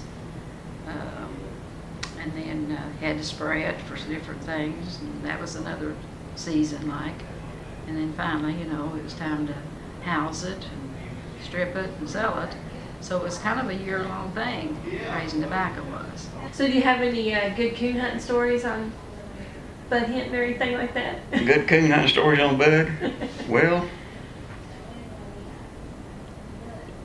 yeah, we went coon hunting one night, and we caught a bobtail coon, and that's the only one I've ever seen with a bobtail, like a bobcat, you know. Yeah. Just a little short tail on it. Well, somebody caught him Of before. course, I've caught hundreds of them, but I don't know what happened to his tail. I was born that way. That's funny. But, yeah. Well, that is funny. And so I guess the family was probably always in and out of the store when you were working. And what was that? I mean, what's that like to work for a company where it's so family oriented? You know. Well, I don't know. I never worked anyplace else except a bank for about a year. So Yeah. you know, it's just normal. They were here, you know. It probably makes you feel like part of the family too, right? Yeah. Oh yes. There was one. I have to tell this one. There was one man used to call us on the phone, and when I'd answer the phone, I'd say Hinton store. He said, "Now, which one of Frank Owen's daughters are you?" And I'd go through the whole story, my name and who it was, and I wasn't a daughter. Finally, I just got through. The last few times I answered the phone, he'd say, "Which one are you?" And I said, "Joanne." He didn't know any difference, so he didn't know. It wasn't really, you know, I told him on how many times. I thought, golly, I'll just say I'm Joanne. Oh, okay, you know. There you go. Well, he treated you like a daughter, so. Yeah. What do you think's been the single biggest change from the time you started working for Hinton Mills until now? Well, the first thing that comes to mind is the tobacco.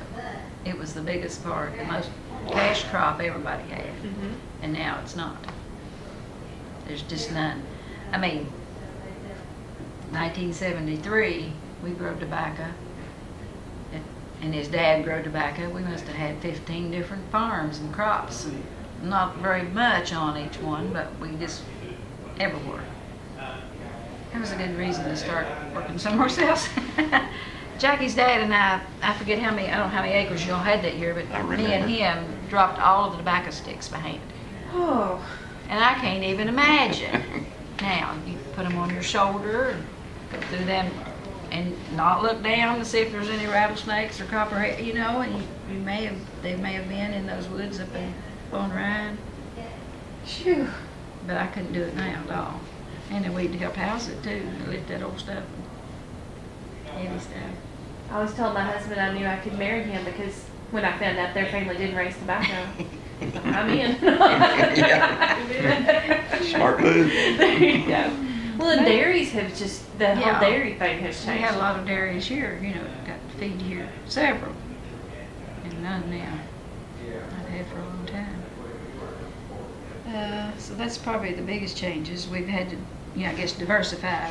Well, now about the watch. We've been married, it'll be 63 years in June, and we went together 4 years before that. So all these years, I didn't have any way of making any money when I was in high school. So I helped Mother on Saturdays. She had the store in the post office, and I would help her work in the store part. And she gave me $1 a day. Well, that's what I had, so I saved it, of course. And it was about Christmas time, and he always got me something real nice for Christmas all those 4 years before we married. But I didn't have any money, and of course I didn't want to ask Mommy and Daddy. So Daddy was going to Frank Hinton's when he was over here in the old store. And I said, "Can I go with you?" And Daddy said, "Of course." And so I went, and I can remember Frank Owen. It was waiting on everybody up here and talking to Daddy and waiting on the business people. The watches was all down through here, and I was peeking over and looking at them, and I loved them, and they was so pretty. Well, down here was an Elgin. Oh, that was a lot better. So, but I only had $20, and I looked, and these were all, I could afford them, but I wanted that best one. So I kept looking, and of course everybody else was doing groceries and things. They went down here where I was at. So I just kept looking and looking and looking, standing there. And then Franco one got done with all these people, and he said, what do you want, Peach? And I said, well, of course he knew I went with Gene.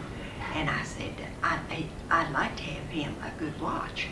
And he said, which one you want? And I said, well, I'd like to have that one, but I just have $20.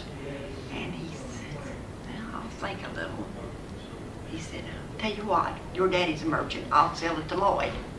Then I got to have it, my $20. And it's still good. How many years later? It's been about 65 years. Yeah, runs perfect. Don't have a scratch on it. My Isn't that goodness. amazing? What a sweet story. And so then you gave it to him. Oh, sure. Of course, I had it all wrapped up and everything when he gave me a nice one. Then I had something nice for him that year. So do you wear it every day? No, we don't wear it every Just day. special. Yeah, it I goes to church. never did work it, and I wore it on weekends. It was his good one. He's got a Timex for every day, you know, but that was his good one. But Daddy had always liked watches, and he said, oh, Elgin was the best name you could get. So, of course, I just kept looking at that one. And so you farmed in this area. Yeah, we lived, after we married, I farmed worked up Dayton or Xenia for 1 year before we married, and then we was up for a year after we married. What'd you do up there? Carpenter work. Okay. And after that, we moved back down here, and I started farming. And I've farmed ever since. And back then, I bought my chemicals and fertilizer for, 61 years I've been farming, and I never missed a year that I didn't buy the supplies down here. It's really something. Then, Mr. Hinton, he would let the farmers have their fertilizer on credit. And you got it in the spring, and at the fall, when you sold your crop, you paid him. And you didn't have to sign no note or nothing, you know. Just, He knew you was he honest. just knew He you. knew you. I've always traded with them. Well, yeah. I mean, that makes a lot of sense. That's, And when he got his tobacco check, he wouldn't just go on home with it.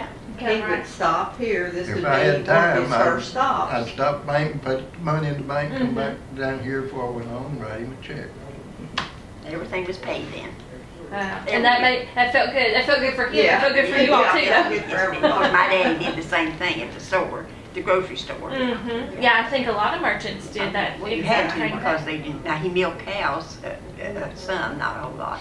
And 21 years. well, I don't mean that. I mean, he didn't make much money, but it kept us in groceries and things You like remember that. milking those cows twice Oh, a day? yeah. By hand. Most By of it hand? was by hand. Yeah, that's how you do. And Steve. And we've got one son.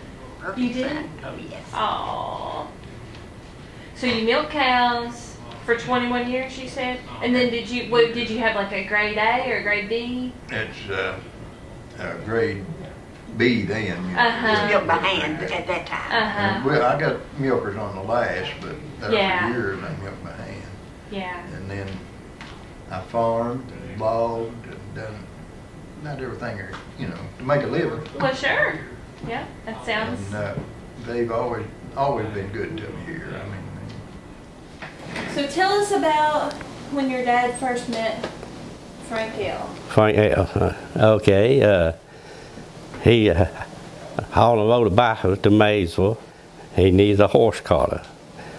He stopped at one place and told him he would pay them when he come back. When he sell you back.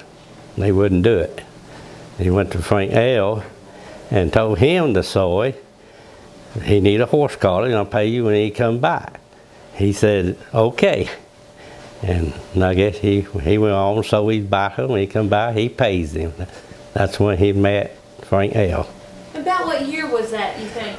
Well, see, my dad was born in 1900, and that he was 16 or 17. Okay, so 1916, 1917. When did the store open here? The first. See, this was at Goddard. Yeah. Yeah. Where he stopped to buy the horse collar. Yeah. And that was 1918. Well, that was 1918. Well, that probably been. That's So he was checking out the new store at the time. Yeah. He was at the Goddard where he was seen Frank Hinton. And so how long have you guys lived in this area? He moved from Round County, and I think in 35. 35. He was a sawmill man. Round County's a place for that. He moved up here across from the old school, the Foss Valley School. Okay. That's where the sawmill was. Okay. And then that's where you grew up, then? Huh? Is that where you grew up? Yeah, no, I grew up down the road here about. Oh, down here. He told my mother she was mad because she had to come over here to live in a shanty. And she come out of a pretty good house in Round County. And he told you would buy that place when they come up to sale. Well, they came up to sale where we live now, and she bought it. He moved the sawmill in now. There you go. And so this was though when he was a young man. And tell me about you. Last time we were here, you were talking about taking the tobacco all the way to the Maysville market. Tell about how they did that. Well, all I know is they just took it to Maysville market. I mean, they come from the old hill Cranston, across the hill somewhere through here. And so how long would that have taken? Pretty long time. And then you had to sit down there and for days to get them sold. Yeah, that's right. So he would have been waiting at the store then probably for a week or better for him to come back through and... Oh, yeah. Okay. Wow. The store was at Gouda when he was talking to Frank Owen. Yeah. I mean, Frank, yeah. Yeah. And so that would have been quite a while. Yeah. So I wonder about how much a horse collar would have cost at the time. I don't know. That's a pretty big deal though. Yeah. I mean, that'd be like if you lost a transmission out of your car or something. Yeah. It was coming apart, I guess, and he needed to buy one. And that's the way he told me. Now, what the tobacco bought didn't bring much, 5, 6 cents a pound. Yeah. And then he would have paid him when he was coming back through. Yeah. And then I guess did he trade with the Hintons ever since then? And since he moved over here in 35. Okay. 36, in there somewhere. That sounds good. So you grew up going to the Hinton store? Oh, yeah. I mean, the old store. Okay. The gas pumps out front. Well, and you told about when they put the feed, or when they decide they're going to put in the feed mill? Mm-hmm. And you help with that, right? Yeah, I helped move the building with the dozer. How old were you? When was that, 54, 55? I've been 10, 12, 13, probably 13. I was at. Operating the dozer. Oh, yeah, I was on that before then. Well, there had to be a 54 because the dozer, he bought it in 54. Okay. Me and Jimmy Porter, we both had dozers. And they put rods down and push a wire. We both push at the same time on each corner. Okay. And they take the rods out, burn it over, keep moving them around. All day. I can't believe that building held up to that. Yeah, they did. No problem, Tom. No. And is that building gone now, or Yeah. is that building, oh, it's gone? It's gone. So it was setting with this road, or it was setting with the highway? Sitting with this road. Oh, this road. That's when I got done with it. Yeah. Well, they all got done with it. I did. So now, was that just out of the kindness of your own heart, or did they pay you? Oh, they paid. Just for that. Yeah. So you were... I think he got $10 out. I kind of grew up around this store all my life. In the 1960s, my dad, he had a small dairy farm. That's what we done then. And then my dad got a public works job. We worked for the Commonwealth of Kentucky, and we were part-time farmers, but then we progressed, and then we were growing beef cattle and tobacco, and every season had its own memories, because I remember we would come up here in the spring, we'd get our tobacco seed, and then a little bit later we would buy our fertilizer for the tobacco, we'd buy our corn fertilized, and then as we went into the summer, I remember buying a lawnmower up here because they put them out on the front porch, and I remember, looking at the mowers and getting that. And then in the summer you'd buy baler twine, and I think we bought ammonia nitrate to side dress the tobacco. And then as we went into the fall, I remember, we would, or early fall, we'd buy the MH30 to spray our tobacco, and then we go into the winter, and that. What made me remember about the winter was actually the meal itself, which I know it was always called, we always called going to the meal or going to Frank Hinton's. That's what we always called it. And the meal was kind of a social event, because then they had the one pit, and everybody then, corn was on the cob. It was picked, and it would be either loose in a truck or you just have it sacked in their sacks. And so you would wait, and as a little boy it seemed like we waited a long time, but also got it was also quite an event, because everybody, if it was a pretty day, those farmers and neighbors would get out and they would kind of congregate on somebody's truck hood, lean over, and as a little boy I'd stand there and I'd hear them tell their stories, and it was a good event. And then the meal itself was it was kind of fascinating too. It had all this had all the feed stacked up, and as a little boy you wanted to climb on it, which I did, but then I remember there was one man over one time, he scolded me pretty hard, and he said, there's something fall on you and crush you, boy. So, and he didn't even work there, but I quit climbing on the feed that day. You didn't want to get crushed, did you? But I was kind of fascinated as a little boy, and I think this is probably a lost art. I asked my dad what it's called, and he said it's called the miller's knot, where them guys would twirl the string real quick and pull the loop when they'd sack the feed. And I can remember watching that. They always seemed like had some of the strongest young men around, because they would sling in bags of feed like they weren't anything, and so that was the big memories about the meal. And it is amazing to watch them tie those. Yeah, they flip it like 3 times and pull that loop up, and that was pretty impressive. But it is pretty impressive. They still do it out here right now, and they're pretty quick. I'd say they don't do it quite as much as they used to. No, I think mostly it's sewn together now, but that was pretty impressive. And then as I grew older, another event in my life was I registered for selective service up here. So that was when I turned 18. They brought back registration for selective service. They had done away with it, so I come to the.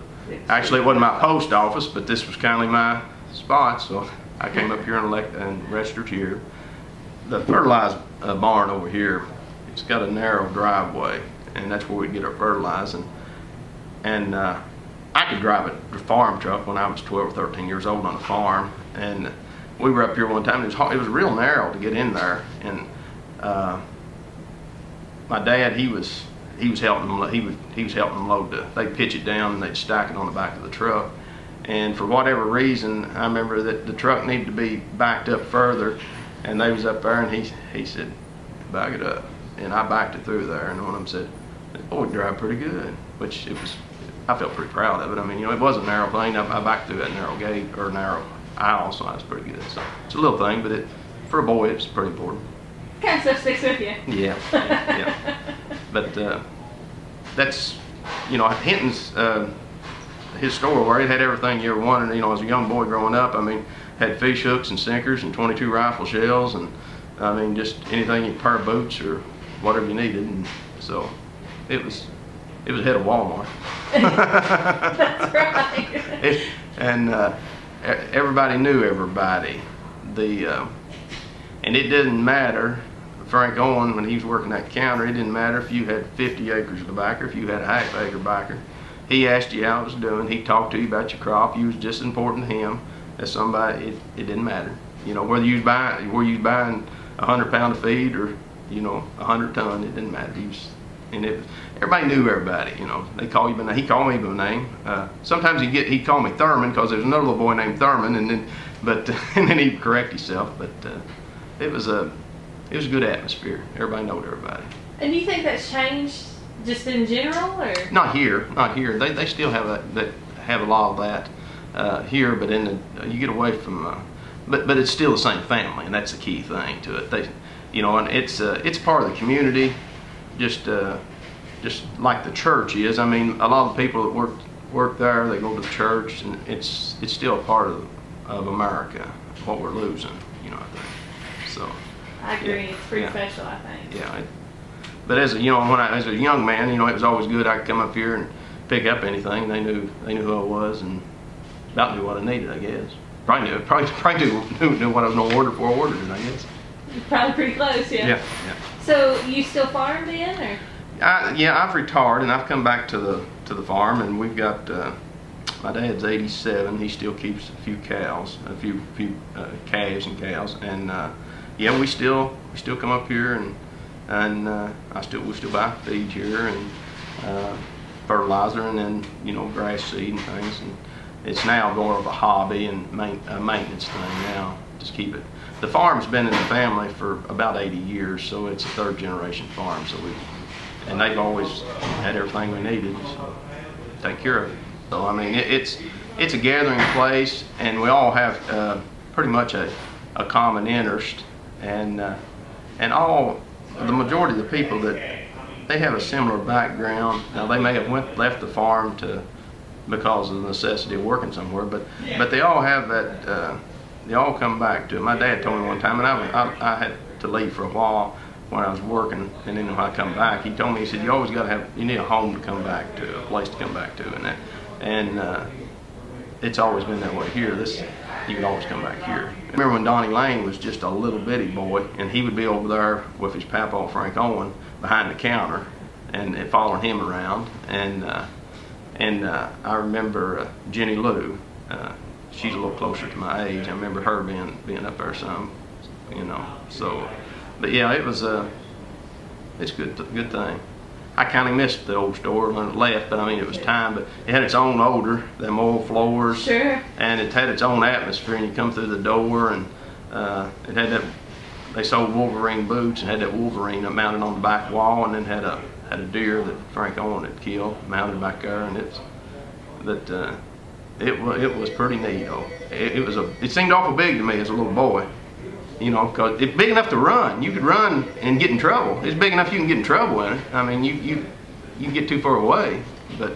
Well, it was a big building. I mean, it was a long building. So. Yeah, I can remember that. And the seed house was out back. You went out the back door, and even in hot weather, when you went in there, it was cool. It seemed cool. It was a concrete building, as I recall, and I can remember following along and had the little dock on the back, but it was good. It's a good place. Really sound. You don't find many places like that anymore. I never have.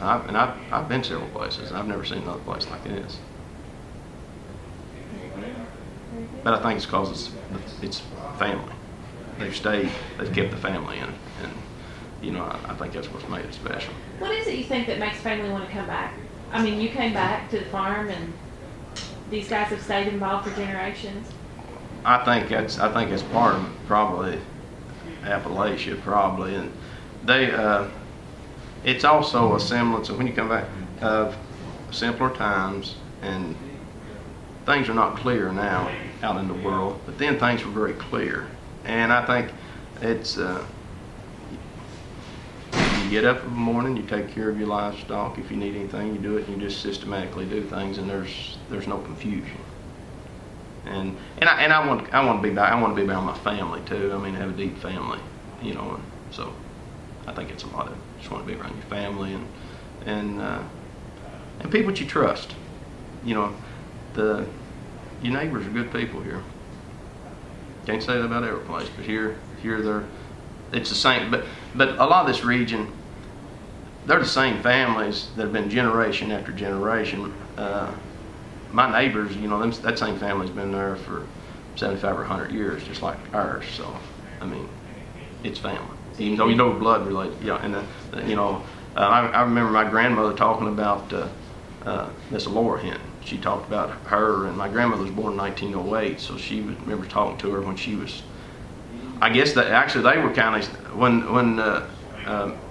Mr. Frank Hinton was getting the business started, you know, and you know, they were, you know, I think they talked about chickens and eggs and stuff. She had you know, she was one of them. You know, they may have had a business, but I remember talking about visiting her and talking to her when they was at the store, and so it was good.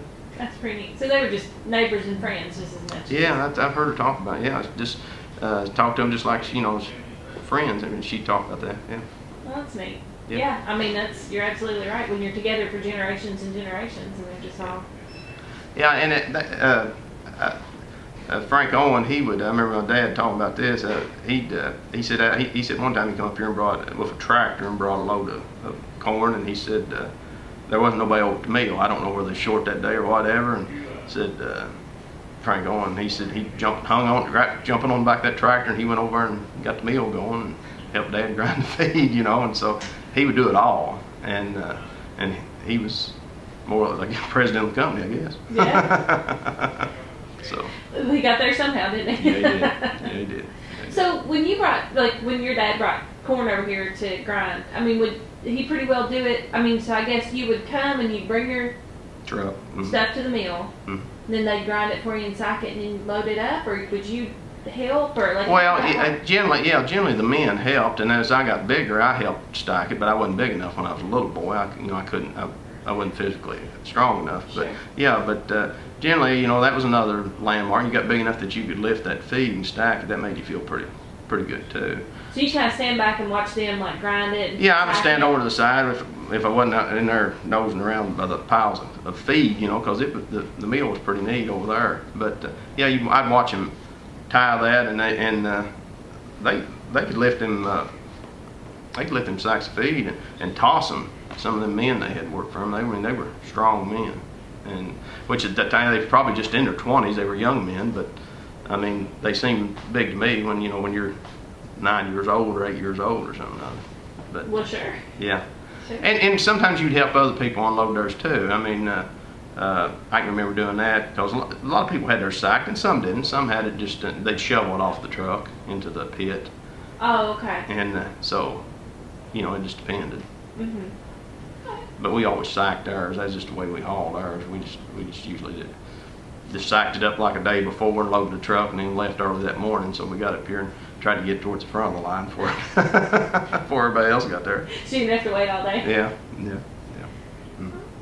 sounds good. Wow, that's great. I mean, that's fantastic. Is there anything else that you want to make sure? Wonderful job. Yeah, really good. Well, Thank you. Is there anything else you want to add? I'll add that about my great uncle. My great uncle worked here in the late 30s and early 40s, And what was his name? Roy Thomas, and he talked about coming up here on Sunday when it was closed. Him and other guys would gather on the steps of it, and they would have a shooting contest, and they would shoot at Navy beans on the bridge over, which is quite a distance, and it'd take quite a marksman to be able to hit that with a .22 rifle. But he talked about that, and so. That's pretty neat. So they would sit on the steps? Sit on the steps and shoot off the old Arm Bridge. They would shoot at those. So. And then they'd set a Navy bean on the bridge? Set a Navy bean, they'd shoot at it with the .22 rifle. And apparently hit it rather regularly, so, you know. So, but I mean, there wasn't much, obviously there wasn't too much concern for the boys causing trouble, you know, here. Right, you know, yeah. You know, Yeah, now if you went and sat on a Yeah, storefront with some guys and they probably call. And I got a job at Belknap Hardware for 30-something years. And when they went out, I went with another company. I was already traveling here by then. I was already calling on Frank and what did he call her? Toto? Out at Toby, yeah. And got to know them real well. Frank would walked around in the store with a little ring binder. Remember? This is Frank Hinton. L. Frank L. And there it is. And he would write down. He had everything down in that. That thing went because after a period of time, I didn't tell them, but I was having to travel in there with people that are driving a truck with samples, probably from Skill Tool Company or Skill Tool Company or Fuller Tool Company or one of them, and we go around. But they had an old bridge across the creek that went into Plumber's Landing at that time, and I would always tell them to drive real slow because those boards weren't nailed down on the bridge. So they would count every board, head out the window, thump all the way across the bridge and all the way out when we left. I always enjoyed that, but I never did tell them. So I had a Skill Tool salesman that was from New York. Of course, he had never been in Kentucky before, so I had him over at Plumber's Landing, and we were inside, and he said, "Where is the restroom?" Well, at that time, they had an outdoor toilet. They had running water because it was over the creek ran right under it, and so he said he'd use the restroom, and I said, "Through that door right there." He took off and he come right back in. He said, "That went out in the parking lot." And I said, "Just keep going. You're almost there. You're almost there." I never did tell Frank what I was doing, that I was having that much fun with the drivers. But anyway, I was trying to remember who all worked in the store over there, because they didn't have any of the mills at that time, and their inventory was like rakes and manure force, a few things like that, but it was white enamel, if you remember, white dish pans and buckets, and all the stores, like, because it was a general store at that time. So and they carried axes. And Jenny Lou said I could tell that. But I remember that store as well. I tell you, it was a prize, just the people. Medford Dunaway used to come in there all the time, an older man, and he would be there quite a bit. And I'd see him all over the place, but he'd always come in the store. And Glenn Denton, let's see who was working in there at that time. Who was the little fellow that had the cats up the road? Craig Preston. But Craig was in there, and if you've ever seen an employee in a place that if he quit, you'd have to hire two people. He was one of them. He'd go through there just he didn't talk to anybody, hardly anything. He'd come through there just in a whirlwind, and he'd say, but Frank would always honor, and I've always respected that, letting those people work as long as they wanted to work, as long as they could or wanted to. And Glenn was the same way, and they would work a long time. I didn't know how old he was, but I'd deliver cat food on the way back to Flemingsburg. He lived about halfway. I'd drop off a bag of cat food for him quite a bit. But they had Frank L. and them lived next door, and he was always had that little tablet out making notes and putting stuff in there and checking everything out. He knew everything that went on, I'm sure, without ever asking a question. He didn't have to. But I remember him having asthma real bad at times, and he was showing me he went to a Dr. Steers in Lexington, and he had him to sweep up around all and back under move counter, move all of the lint and everything, and he made a serum out of that, and it gave him shots, and evidently it must have helped or try to build an immunity up to it. But I always remember him. I never had heard of another doctor doing that at that time, and I just assumed that he did. But and she was always out in the yard with her flowers. I'd go check her flowers out all the time. She gave me one of the prettiest red wine rose bushes. She took a sample off of there, and dug it up and gave it to me to plant it on. She was always doing stuff for me. I went to her 100th birthday celebration at the RECC over here, and I remember the talk that she made to everybody. There was a big crowd there. And she got wound up, and she started telling us how we should live our lives and what you should do. And boy, she got into it pretty good. And finally Frank said, "Mama, I think they've all got that now." She had to call her, she's preaching to it. But oh, she was a crackerjack, I'll tell you. She was something else. And but I had, me and Frank were in the hospital in Lexington when I had my cancer surgery, and he was having his. And she wrote me a note that I've still got, a letter. And her handwriting was about twice as good as mine was at that time. It was just pretty as it could be. I thought, gee whiz, I need to take more time signing something. But she was really remarkable. What was it, 100 and what? 107 years. Whew, man, that is something else. But I think a lot of it's how they live their lives, and you know, I think you're rewarded sometimes with how you've lived your life.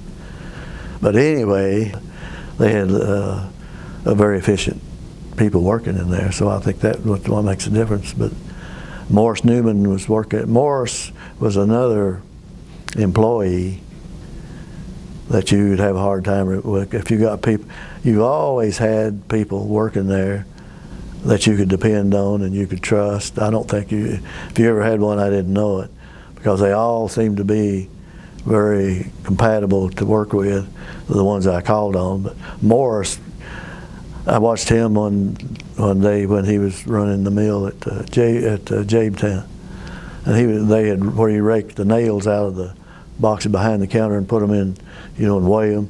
He scattered nails all over the floor. He had swept all that up, and he had them up on the counter. He had it in the dustpan, and I thought, you know, the wastebasket. He poured them out all on the counter. I was standing there with my catalog. He sorted out the 8s and the 10s and the 16s all separate and put them back in the. I was impressed with that, I'll tell you, because I don't know if I would have done that or not. I mean, that really is something to see somebody do that. But I got to know his family real well too, and I tell you, we've had such a tremendous relationship with. When you've traveled called on somebody for 49 years, you know, they're not a customer anymore, they're family. Tell me a little bit about kind of in that in-between time. So you started calling on them before they even had the mill there. Mm-hmm. And then what about as kind of the next generation started taking over the stores and they started expanding? Can you talk a little bit about, you know, Franco and Maxine? Oh yeah, well, Frank and Maxine, if you find two better people than that, they're not still around here anywhere. They were just tremendous people. Frank was the best person to deal with, and it carries down to his family. The whole family has been the best. I called on probably 60 customers, and not another one compares to that, how they were and how they treated you and how they ran their business and how they treated their customers. And I never have heard anybody say anything out of the way at all. You just didn't, and you still don't. No, I feel after we barcoded all our stores, I was more or less doing my own ordering up to a point, except for something special, because I could just write it up if the bin was out of it or whatever it needed.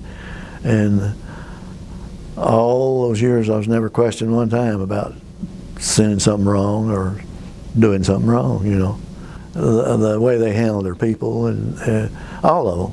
I mean, it wasn't just Frank, but I'm sure that's where it started. But he used to fascinate me with keeping, I hadn't been around the big part of it in so long that he still knew so much about how everything was run and what all it did. It just, I think they always say the apple don't roll far from the tree, and I think it just continued right on down because, gee, no, gee, he's another one. I tell you, when Furman was really working, he was just like Craig Preston.